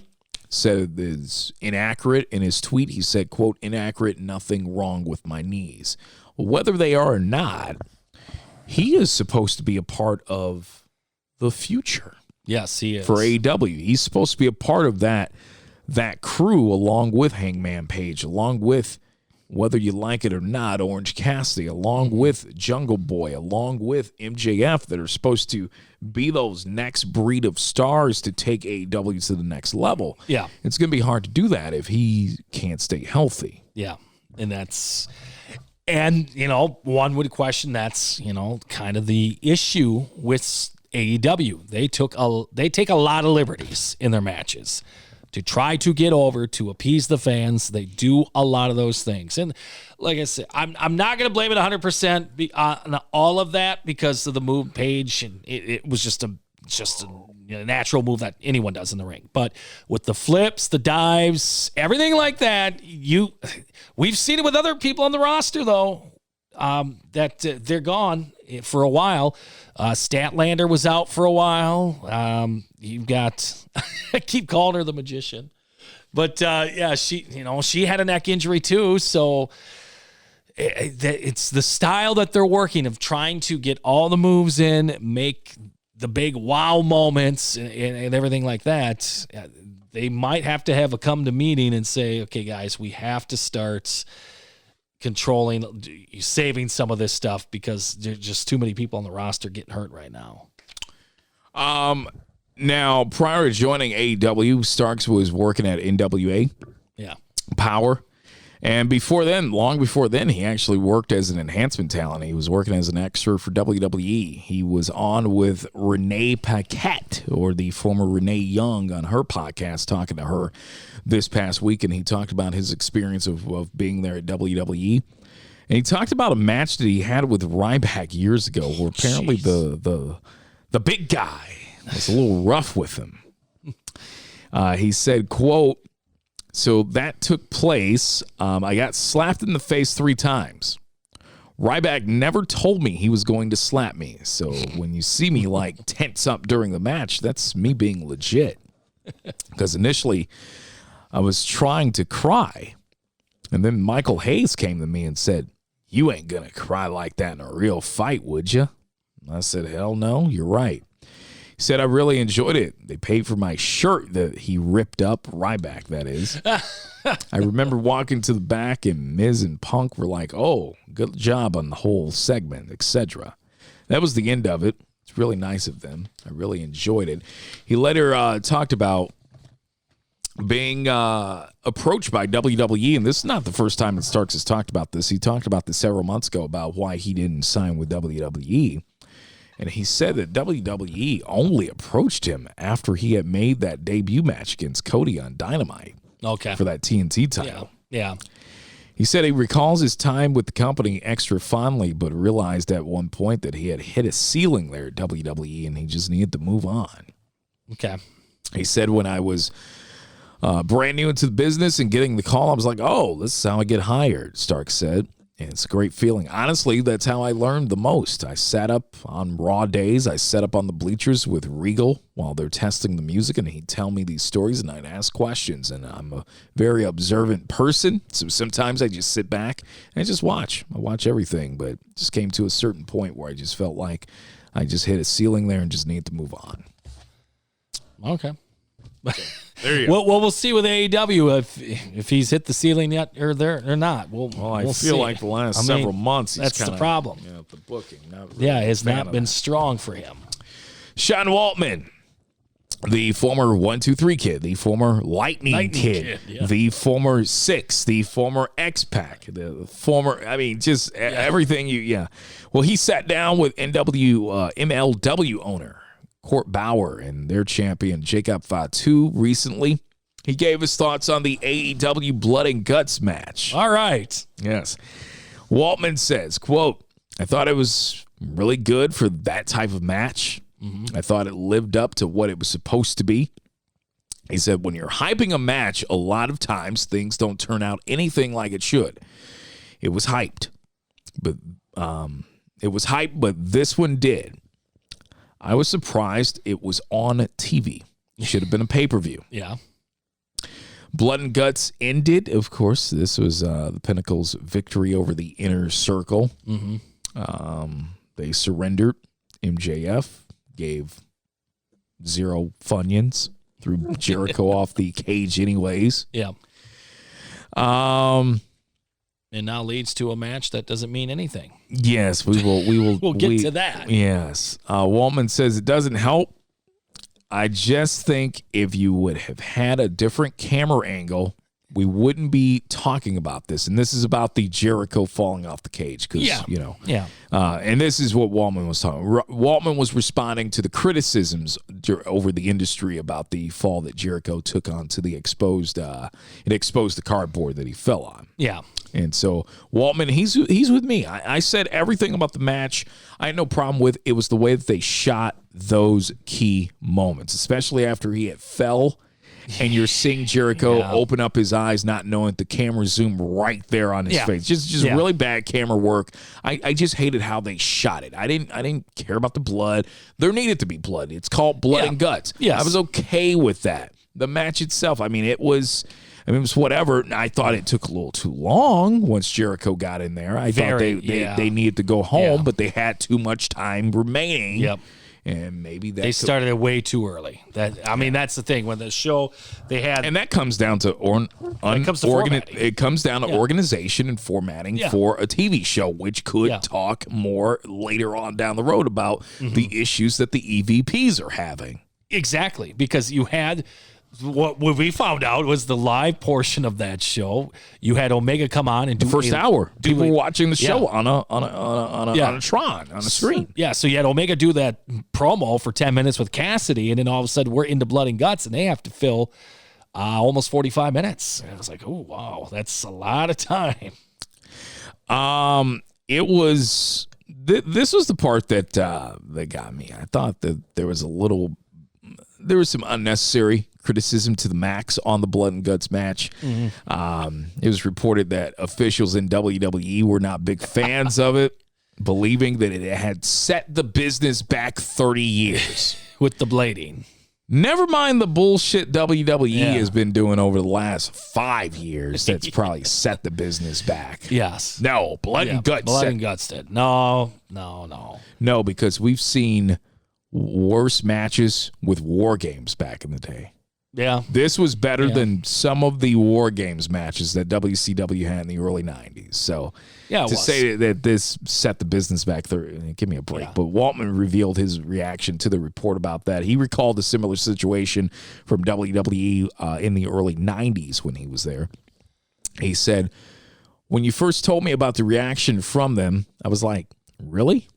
But maybe if you're just talking about dealing with sponsors because there's some big-time corporate sponsors involved in wrestling these days, well, WWE at least, I guess so. I can understand why they might feel that way because wrestling gets painted with a very broad brush. Yeah. He says, I remember back when ECW was hot. We were still doing the cartoon thing in WWF. I remember Pat Patterson one time really shitting on the ECW thing. I guess just because of the content. And the thing about it is we ended up doing the same shit a couple of years later at the peak of the industry and for the company. Yeah. I mean, it wasn't as brutal as ECW, but we got a lot of our stuff from ECW. Yeah, but the thing is, too, and I could see Patterson's point, where do you go after you have those type of matches? Where do you go? And you can't go anywhere. After having the barbed wire matches, the cage, Hells in Cells, ladder matches, all those kinds of things, there's nowhere else to go after that.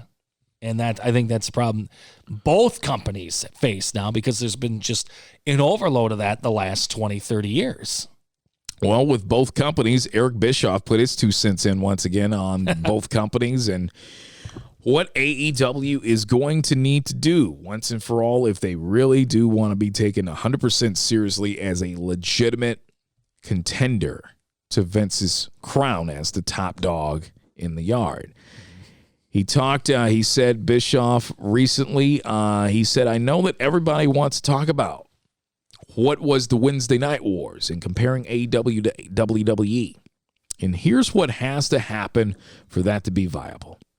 It is the AEW versus WWE approach, said Bischoff. AEW's got to go head-to-head. There's got to be a fight. There has to be a battle. Going back to storytelling, what are the stakes? In a case where you're laying down an AEW versus WWE match, champion versus champion, okay, that sounds really cool if you're a cosplay wrestling journalist and a fan of those people, but it only works if there's stakes. And the only stakes that matter are who turns out the biggest audience.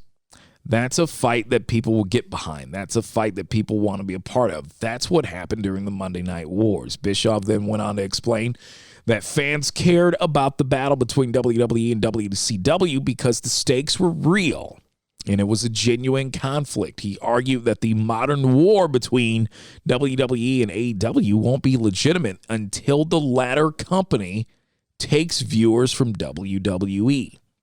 Why the Monday Night Wars worked, Bischoff hypothetically asked, because it was real and because people were invested. They were invested in the characters. They were invested in the fight between the two companies. That actually was more important to them, whether they knew it or not. From a storytelling perspective, the battle between WCW and WWE was a more interesting story than the battle between the two people in the ring. That's why it worked.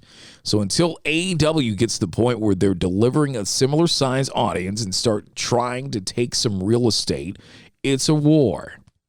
If you want a war, you got to have a freaking war. You can't just... You got to do it. AEW needs to take away some of WWE's real estate. And when that starts happening, people will believe the war. And then they'll be invested. But otherwise, it's just cosplay. Now, what some people have said is that the most serious thing that they could do to make people realize that they're for real is to go to Monday night. I'm on that. I was on that train. They would get squashed. Well, you don't want to go down that road of what TNA did 10 years prior when they tried to go live Monday you're night. On a more legitimate network. You got TNT. You still had to find where the hell TNA was on Spike. I mean, that's the thing. you're going to have Turner. Turner would put some promotion behind it. That's the thing. You're working with Turner, and they are going to, as we see, they're investing in NHL. NBA we all know about. Everyone loves watching the NBA on Turner on TNT because the show with the pregame show and just everything going on, the whole package. They do it the best. Well, Tony Khan has said that he wants to stay on Wednesday nights, and if they want him off Wednesday nights, it's got to be a deal that it's got to be something that's really worth him moving from that slot. Is he brave enough if they said, how about we give you Monday nights? So we could free up Wednesday nights for the NHL. We could have, Tuesday through Friday. Yep. Do what we want. NBA and then the NHL, Monday night is yours. Maybe I'm nuts, but I think this would be best for the business as a whole because it would bring back the creative. We've got to beat them at this. I'm going to tell you right now that's the thing. They would take viewers away from Raw on Monday. Exactly. We've gone through now, 10 years of 3-hour Raws. Yeah. They are a chore to get through. Yeah. It's bad. Yeah. We showed 2 Eva Marie vignette videos during Raw. Yeah, exactly. We just couldn't keep it at 1. No. We showed it. We showed her a second time. Yep.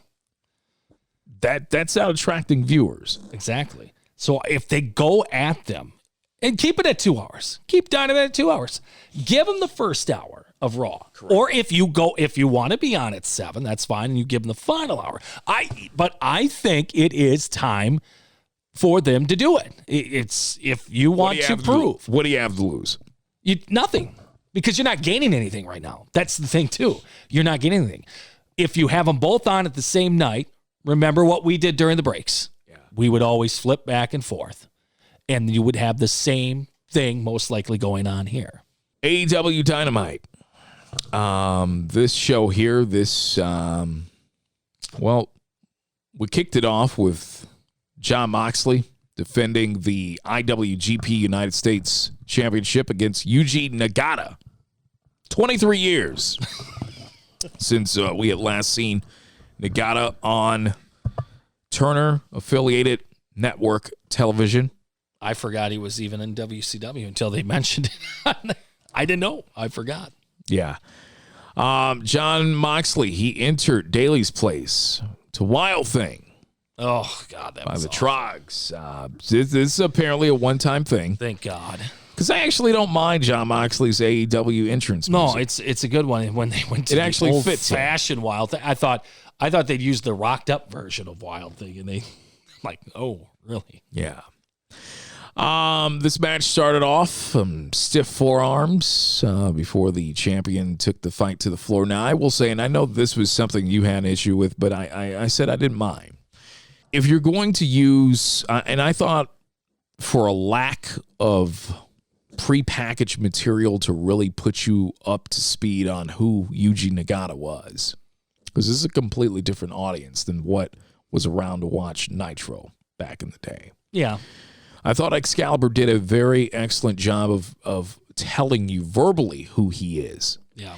And my thing is, if you're going to have Excalibur be the Mike Tenay of the commentary crew, let him be that then. I don't really recall a time when you had your 3-man booth at one point with Shivani and Tenay or Zbyszko, or substituted with the Brain, or substituted with whoever. Mike never took over the play-by-play duties. It was still Tony's call. Exactly. Yeah. And Mike was there to inform you because, look, during Nitro, remember the Luchadors? Yes. We didn't get a prepackaged video for them either. It was like they just showed up one day. Well, unless you watched ECW and you remembered Ray and you remembered, some of the others that they, I did. Ultimo Dragon. But Tenay did do that series of the Luchadors and went over the history of them after those guys had arrived. Yeah, I guess. Yeah, you're right. But they still did it. Yes. But my thing was that Bischoff, he brought him in one day because they expanded 3 hours themselves. Yeah. He needed to hook you immediately because Raw wasn't going on for an hour. Yeah. But Mike Tenay could fill you in on that. I thought Tenay did a really good job of being that luchador, that Japanese insider for you. And I'm like, if that's what Excalibur, like he really made me invested into Nagata because I hadn't seen him in years, forgot about him. Yeah. So I'm like, if that's what you're going to have Excalibur be, let him be that. But I don't need Excalibur then calling the match. Yeah. Well, my whole problem is you needed to build this guy up more to the American audience. That's the thing. You are trying to get more fans involved in this product, and you're just catering to the ones that you know that have watched and, the Japan stuff and all that. You have to try to grow this thing. If you're trying to grow it, put this match on at 8 o'clock and give us some more vignettes. Show some of what both of the, what Moxley has done. Let's show what he has done in Japan to be the big giant. Because like you said, we haven't seen him in 23 years, and we don't remember what he did on Nitro. Yeah. That's the thing. So build it better. Yeah, Moxley dominated the action. Nagata caught him, though, with a exploder for a 2 count. He faked the champ out, caught him with a kick, and then added another. Then threw a forearm at Moxley. Incited another physical exchange. This was not like a terrible match. As I told you, I was impressed at Nagata at his age that he was able to go. My only thing was, it was just that you've made Jon Moxley this unstoppable babyface for more than a year. Yeah. Remember, he was undefeated for the longest time. He was a long-reigning champ. He took down all the giants. Took down all the giants, but he's struggling with a 53-year-old man. Yes. Yeah. Well, that's the problem we have with AEW sometimes is you think you've got to have this great match with everyone. And I understand with the New Japan relationship, he could not bury him in 2 minutes. Yeah. I get that, but you've got a great point here. Moxley, basically, long story short, Moxley wins this match. After the match, they show each other some respect. Mm-hmm. Moxley bows to him. They raise their arms in tribute, and there you go. Okay match. I mean, it was all right. It wasn't the worst. I've seen worse. They've started off with Nitro, that is. So my whole thing is I don't know why you needed Kingston and Nagata's son out there or whatever for it either. I just put the 2 guys out there. You don't need this other showcasing stuff. Hey man, let's get to the bullshit. There's a lot of it. Can we? Cody Rhodes. Oh, you're not a real American now if you're talking this. Oh, Cody Rhodes had us on edge for this major Double or Nothing announcement. Oh, yeah. This announcement turned into a political ad real quick. And a bad one. Terrible. This promo told me one thing.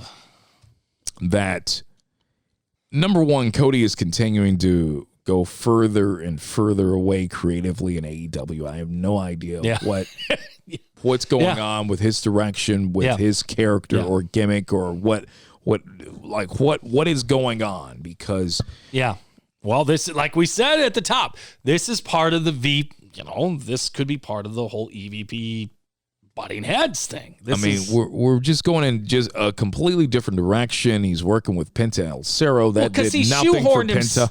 As we've talked about, he shoehorned himself with that damn first match that he can never contend for the time. That's bullshit. It's wrestling. We see the other company try to have us forget about that all the time.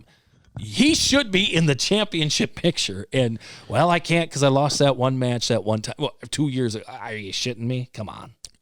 He wrestles Penta. This does nothing for Penta since. Well, yeah, because he wrestled him because he was going to break his arm so he couldn't hold his child. So he couldn't hold the child.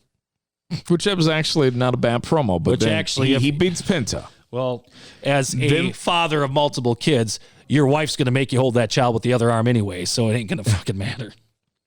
That wasn't a good story point. We get into the QT stuff. I didn't care. Didn't care about this feud at all. No. They bring in Anthony Ogogo. He's punching people in the stomach. And he punched Cody in the stomach. The King Hippo finisher, yes. And draped the Great Britain flag. How dare you? Over Cody. Yep, we're bringing back 1776.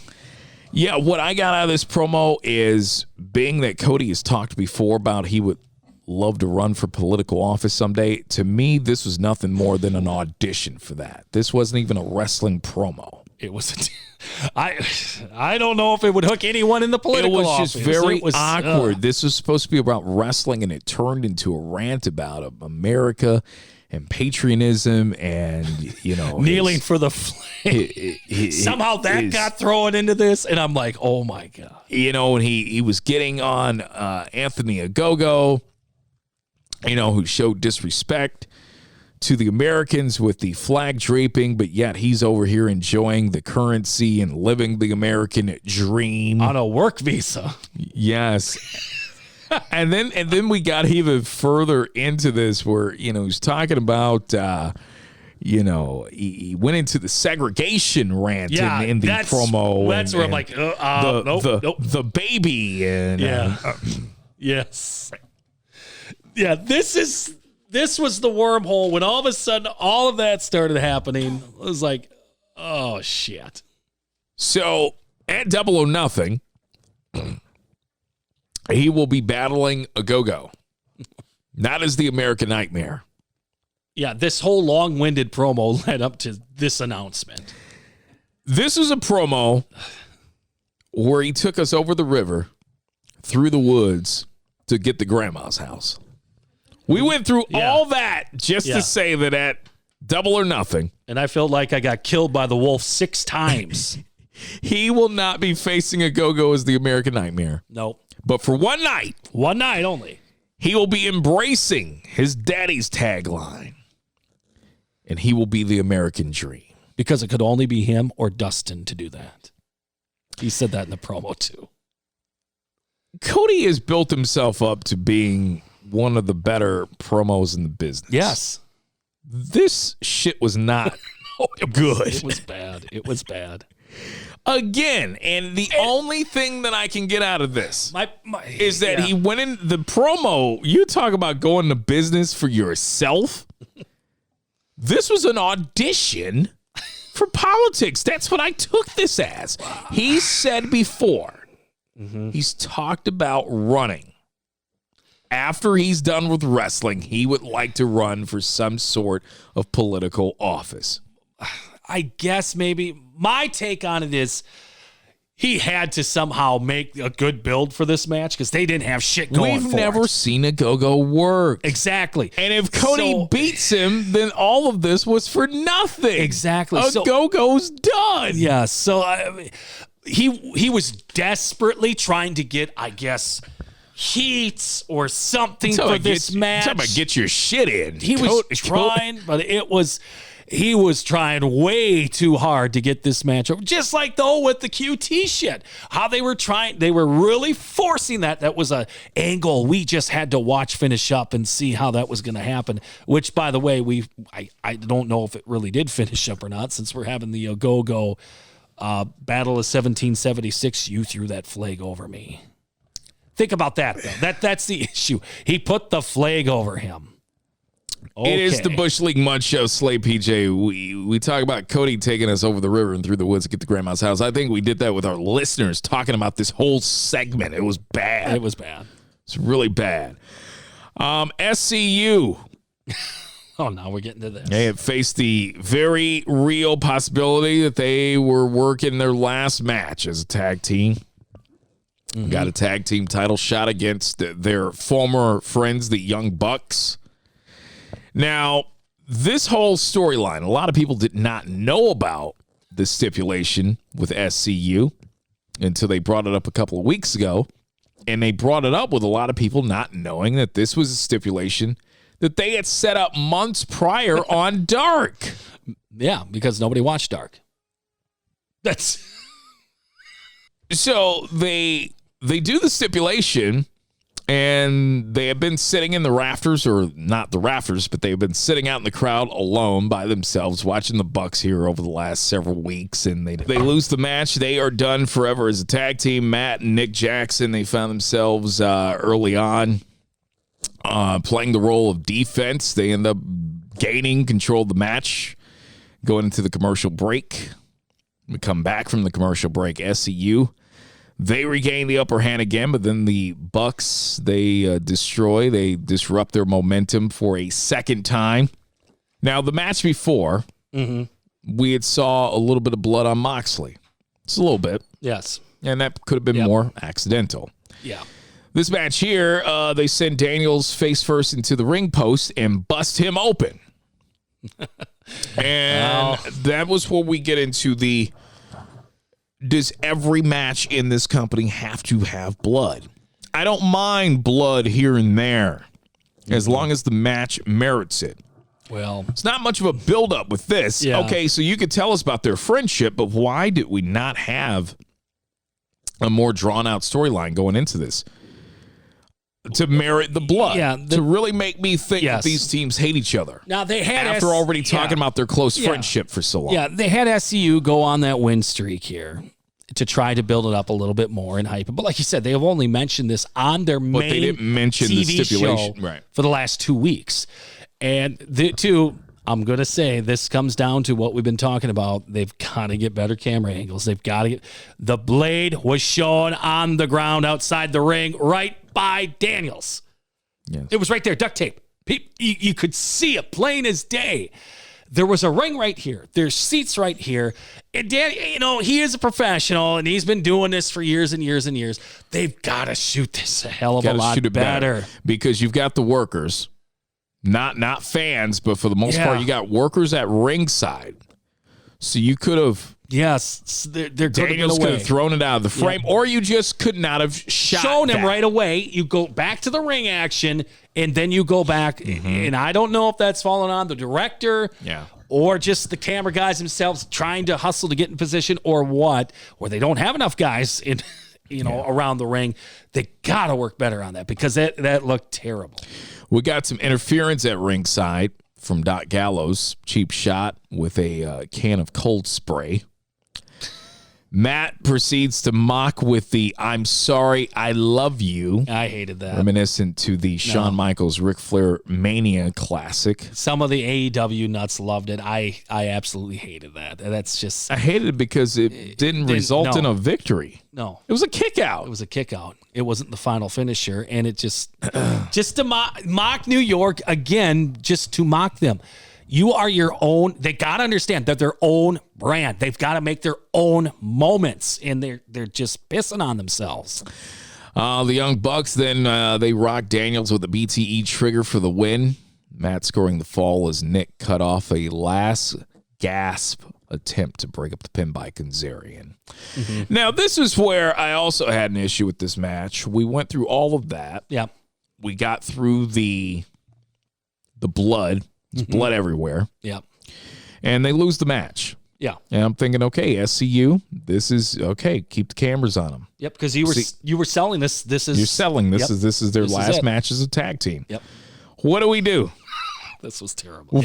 We then proceed to cut immediately to the backstage area where Moxley and Eddie Kingston are shown tearing up the Elite's locker room. Oh, my God. They destroyed everything except for, what was it, a Pepsi machine or some shit? Yeah. It was a bad destruction of a locker room segment. It was like, okay, I don't care that they're in their locker room. They really didn't put anything. They didn't throw any dents in the wall or anything. So there must be some kind of effort saying, okay, we can't just totally destroy the Daily Place rooms here. We got to keep them in somewhat tact, even though the cons. Yeah, the production made this whole thing look bad. We immediately cut the camera to the back with Moxley and Kingston, and then when we come back, we went to a break. We went to a break. And then we came back from the break, and then we showed what we had missed, which was the moments of Kazarian and Daniels hugging. And we showed it for 5 seconds. And then we didn't show it long. So you had us invested in that.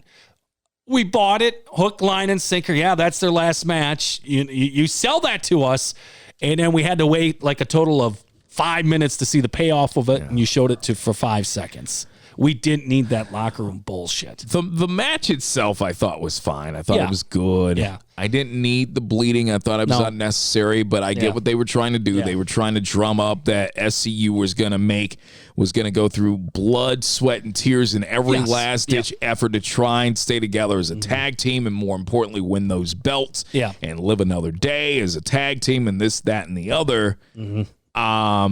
draw sympathy, but it just, the production team really screwed that one up. Yeah, they it botched. was bad. Yeah, and I know you had an issue too with Daniels on the ropes there. Well, and I didn't think it was a botch. I thought it was a botch. I thought they were trying to tell the story of this guy's losing blood. My problem is he's fading out. If it wasn't a botch, then why didn't I can't remember what Buck was down on the ground, but if it wasn't a botch, well, why didn't he get up then and attack him? He just laid there and waited for him to redo the spot. That was my problem with it. It just didn't look natural. That was my issue too. We already told you basically about the Orange Cassidy pack, so we will not go more in depth with that. But we did get the Inner Circle, or we had the Inner Circle in the back, which it was just 3 members: Ortiz, Guevara, and Hager, and they want a rematch. Did you know one of the guys got arrested? I didn't know that. They said that in the promo. Ortiz, not Ortiz, but his brother. Santana arrested, but we didn't know. We knew nothing about this. Yes, they wanted a rematch. So we get the Pinnacle coming out. They make their way to the ring for a special coronation, a celebration of sorts following the victory over the Inner Circle at Blood and Guts. MJF, bragging as usual, touted his faction's success and denied the Inner Circle their rematch, as he should. Number one, he's a heel, and that was a blow-off match. It was. So, no, you get no rematch.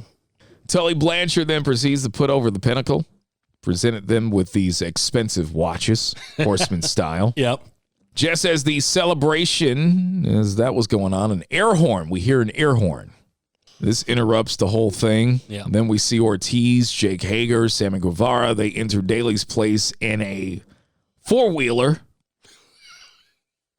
A firefighting truck, basically. Yes, complete with a little bit of a bubbly banner. Chris Jericho sporting an arm brace. We couldn't keep him off television for a week. No. That was the big issue that I had with this. The guy was the talk of the previous week. Fell off a cage. I have no problem with the spot. I have no problem with the fact that it was cardboard. Like I said, it was the production team, how they shot it. I didn't like that. You sell it. The guy's 50. He took a fall. This isn't Y2J Chris Jericho anymore. We have to be a little realistic. Keep him off TV. Okay? He's sporting an arm brace.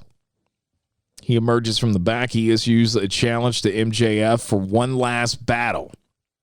MJF denied it. Guevara turned to hose on the group, dousing them, spraying them down with the bubbly. Then that's apparently all it took for MJF to go ahead and accept the challenge. This time, the challenge only on one condition. If the Inner Circle loses, they will have to disband forever. Well, we could have did that after Blood and Guts, because I'm like, where do you go with Inner Circle after that? This time, the match will have a cinematic stipulation. Stadium Stampede 2 will be going down. So that's what we will get. And no horse, because Hangman's not in it. That just... this was clearly a blatant ripoff of the Austin beer truck. And not a good version of it. It just felt very cheap. Well, because they weren't able to get the truck close to the ring. They were still about 6 rows back when they tried to start. And I felt bad for the Pinnacle because they had to sell this thing in the ring. Like, they were really getting pelted by this thing. And they just looked like and then you add in the fact that, once again, we could not keep Chris Jericho off television for a week. It's like, so you're telling me that Chris Jericho at 50, he's the toughest SOB in the company, which I'm sure he probably is one of the tough. Now, he is sporting this metal brace, but... He is, but we should have had him off television for a week, maybe 2. So you add that in. Well, hell, I would say don't show him till the pay-per-view. Keep him a secret. And the segment just felt like it went on forever. It was a very long segment. It only should have been a couple of minutes. I guess Stadium Stampede, it's another, I mean, it's something I don't have to see in a ring. It's fine. It's whatever. But hopefully this is not a once-a-year deal. Well, we're seeing the Stadium Stampede. Here's the problem you have. You have already promised these folks that are coming to the Double or Nothing pay-per-view. They're getting a live show. Yeah. How long is this going to be? Yeah. And is this your main event, or is Omega? So you're going to have them watching a screen for a good portion now of that show because of this. You did it the year before because you had no fans. Yeah. I was just gonna say that Stadium Stampede. I didn't mind the ideal of doing it last year because of the COVID with the pandemic. That was fine, but now now it feels like now we're doing this match, and after we did what should have been the blow off. To this feud at Blood and Guts. Yeah. I don't know. You had a perfect finale at Blood and Guts. Hell, Blood and Guts should have been the damn Double or Nothing match. That's what it should have been. Let me add this. We throw in that stipulation that if the Inner Circle loses, they have to disband. After, why do I care? We already saw SCU earlier in the show. That's a good point. Disband. Good point. Supposedly. Yeah, that is a great point because now we have within 3 weeks 2 groups that are supposed to not disband each other or be with each other. And like you said too, this is supposed to be designed to get people over when you have a faction. No one has gotten over in the Inner Circle. Absolutely no one, unfortunately, because Sammy Guevara is a hell of a talent, and I thought he would be the one to shine out of this, but I don't think he ever needed it. He could have been who the hell knows where he could have been on his own right now? But I don't know. We had Jim Ross interviewing Dr. Britt Baker, DMD. She's super confident in her ability to defeat Sheeta, and she should. It should be a guaranteed victory. She better win this, or else. We've had Sheeta with the title for the longest. They're going to be going at it, AEW Women's Championship at Double or Nothing. Back inside, we go to Daly's Place, the number 2 ranked, which I don't understand if Thunder Rosa defeated Britt Baker in the Lights Out match. How was Thunder Rosa number 2 to Britt Baker's number 1 as far as being a contender? I don't know how that happened. Don't even ask. But Thunder Rosa battled Jasmine Allure in singles competition. This was nothing but a squash match. It should have been. Exactly what it should have been. Yep. So I think what they're doing is Sheeta, I mean, they've really taken some pizzazz off of Sheeta in recent months. So it's pretty clear to me it's time to pass the torch. Mm-hmm. It is time to put the belt on Baker. And boom, you get your rematch. Yeah. Thunder Rosa, that makes a perfect excuse of why you send Thunder Rosa at Britt. Well, wait a second. I had already beaten you, but you got catapulted to being the number 1 contender. You win the title. I don't give a damn about the rankings. I deserve the first title shot. But that's the problem. That Lights Out match was a blow-off match. Oh. Well. That's what it was supposed to be. And now we're going to rehash it about 2 months later, potentially.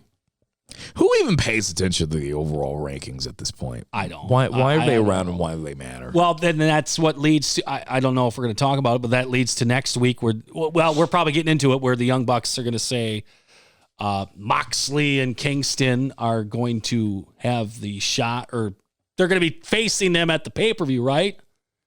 Yeah. But the problem is now for next week's show, because the new number 1 contenders are the Varsity Blondes, they're going to face the Young Bucks next week. We know Varsity Blondes ain't winning that damn match because you have in a couple weeks Moxley and Kingston going against the Young Bucks because of this segment of after trashing their locker room. So again, I'm just throwing that in there with the part of this rankings thing is throw the rankings out. They don't matter anymore.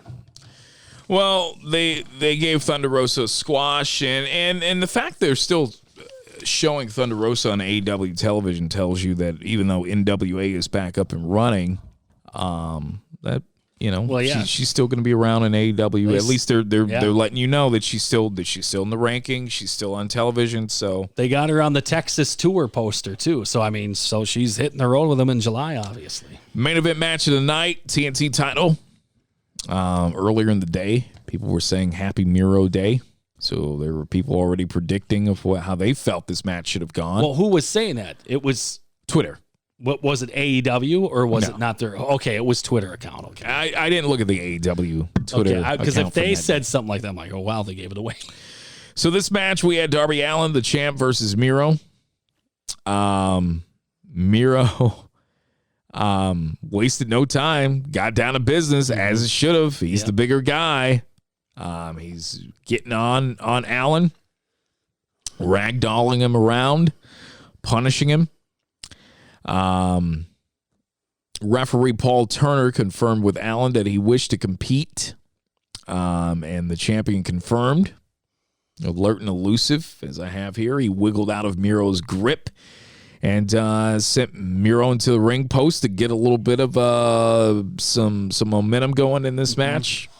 A released German suplex by Miro on the floor helped him regain some momentum. Then we went to commercial break. During the break, Ethan Page and Scorpio Sky, they come and they attack Sting. Yeah. And so that took out the backup for Allin. Miro continued to toss Allin around. This is just a match that... as you're telling it now, it's more of a mess. And as we get to the ending here, things don't gel. Yeah. There was a code red that was delivered. Couldn't keep the challenger down. Could only keep him down for 2. Miro recovered. Got Allin, applied the accolade to win the title. But that thing is, too, he caught him in the coffin drop. He caught him in his finisher, and he rised up to give him the German. And I'm like, oh, what? Yes, I forgot to mention You're making your champ look like shit. I'm just really like, as I'm going over my notes, I'm just, what did it for me, honestly, was just seeing Paige and Sky. Well, yeah, now that doesn't make any sense. And just thinking this is what we brought Sting in for. Yeah, because he was just sitting there, too, watching it.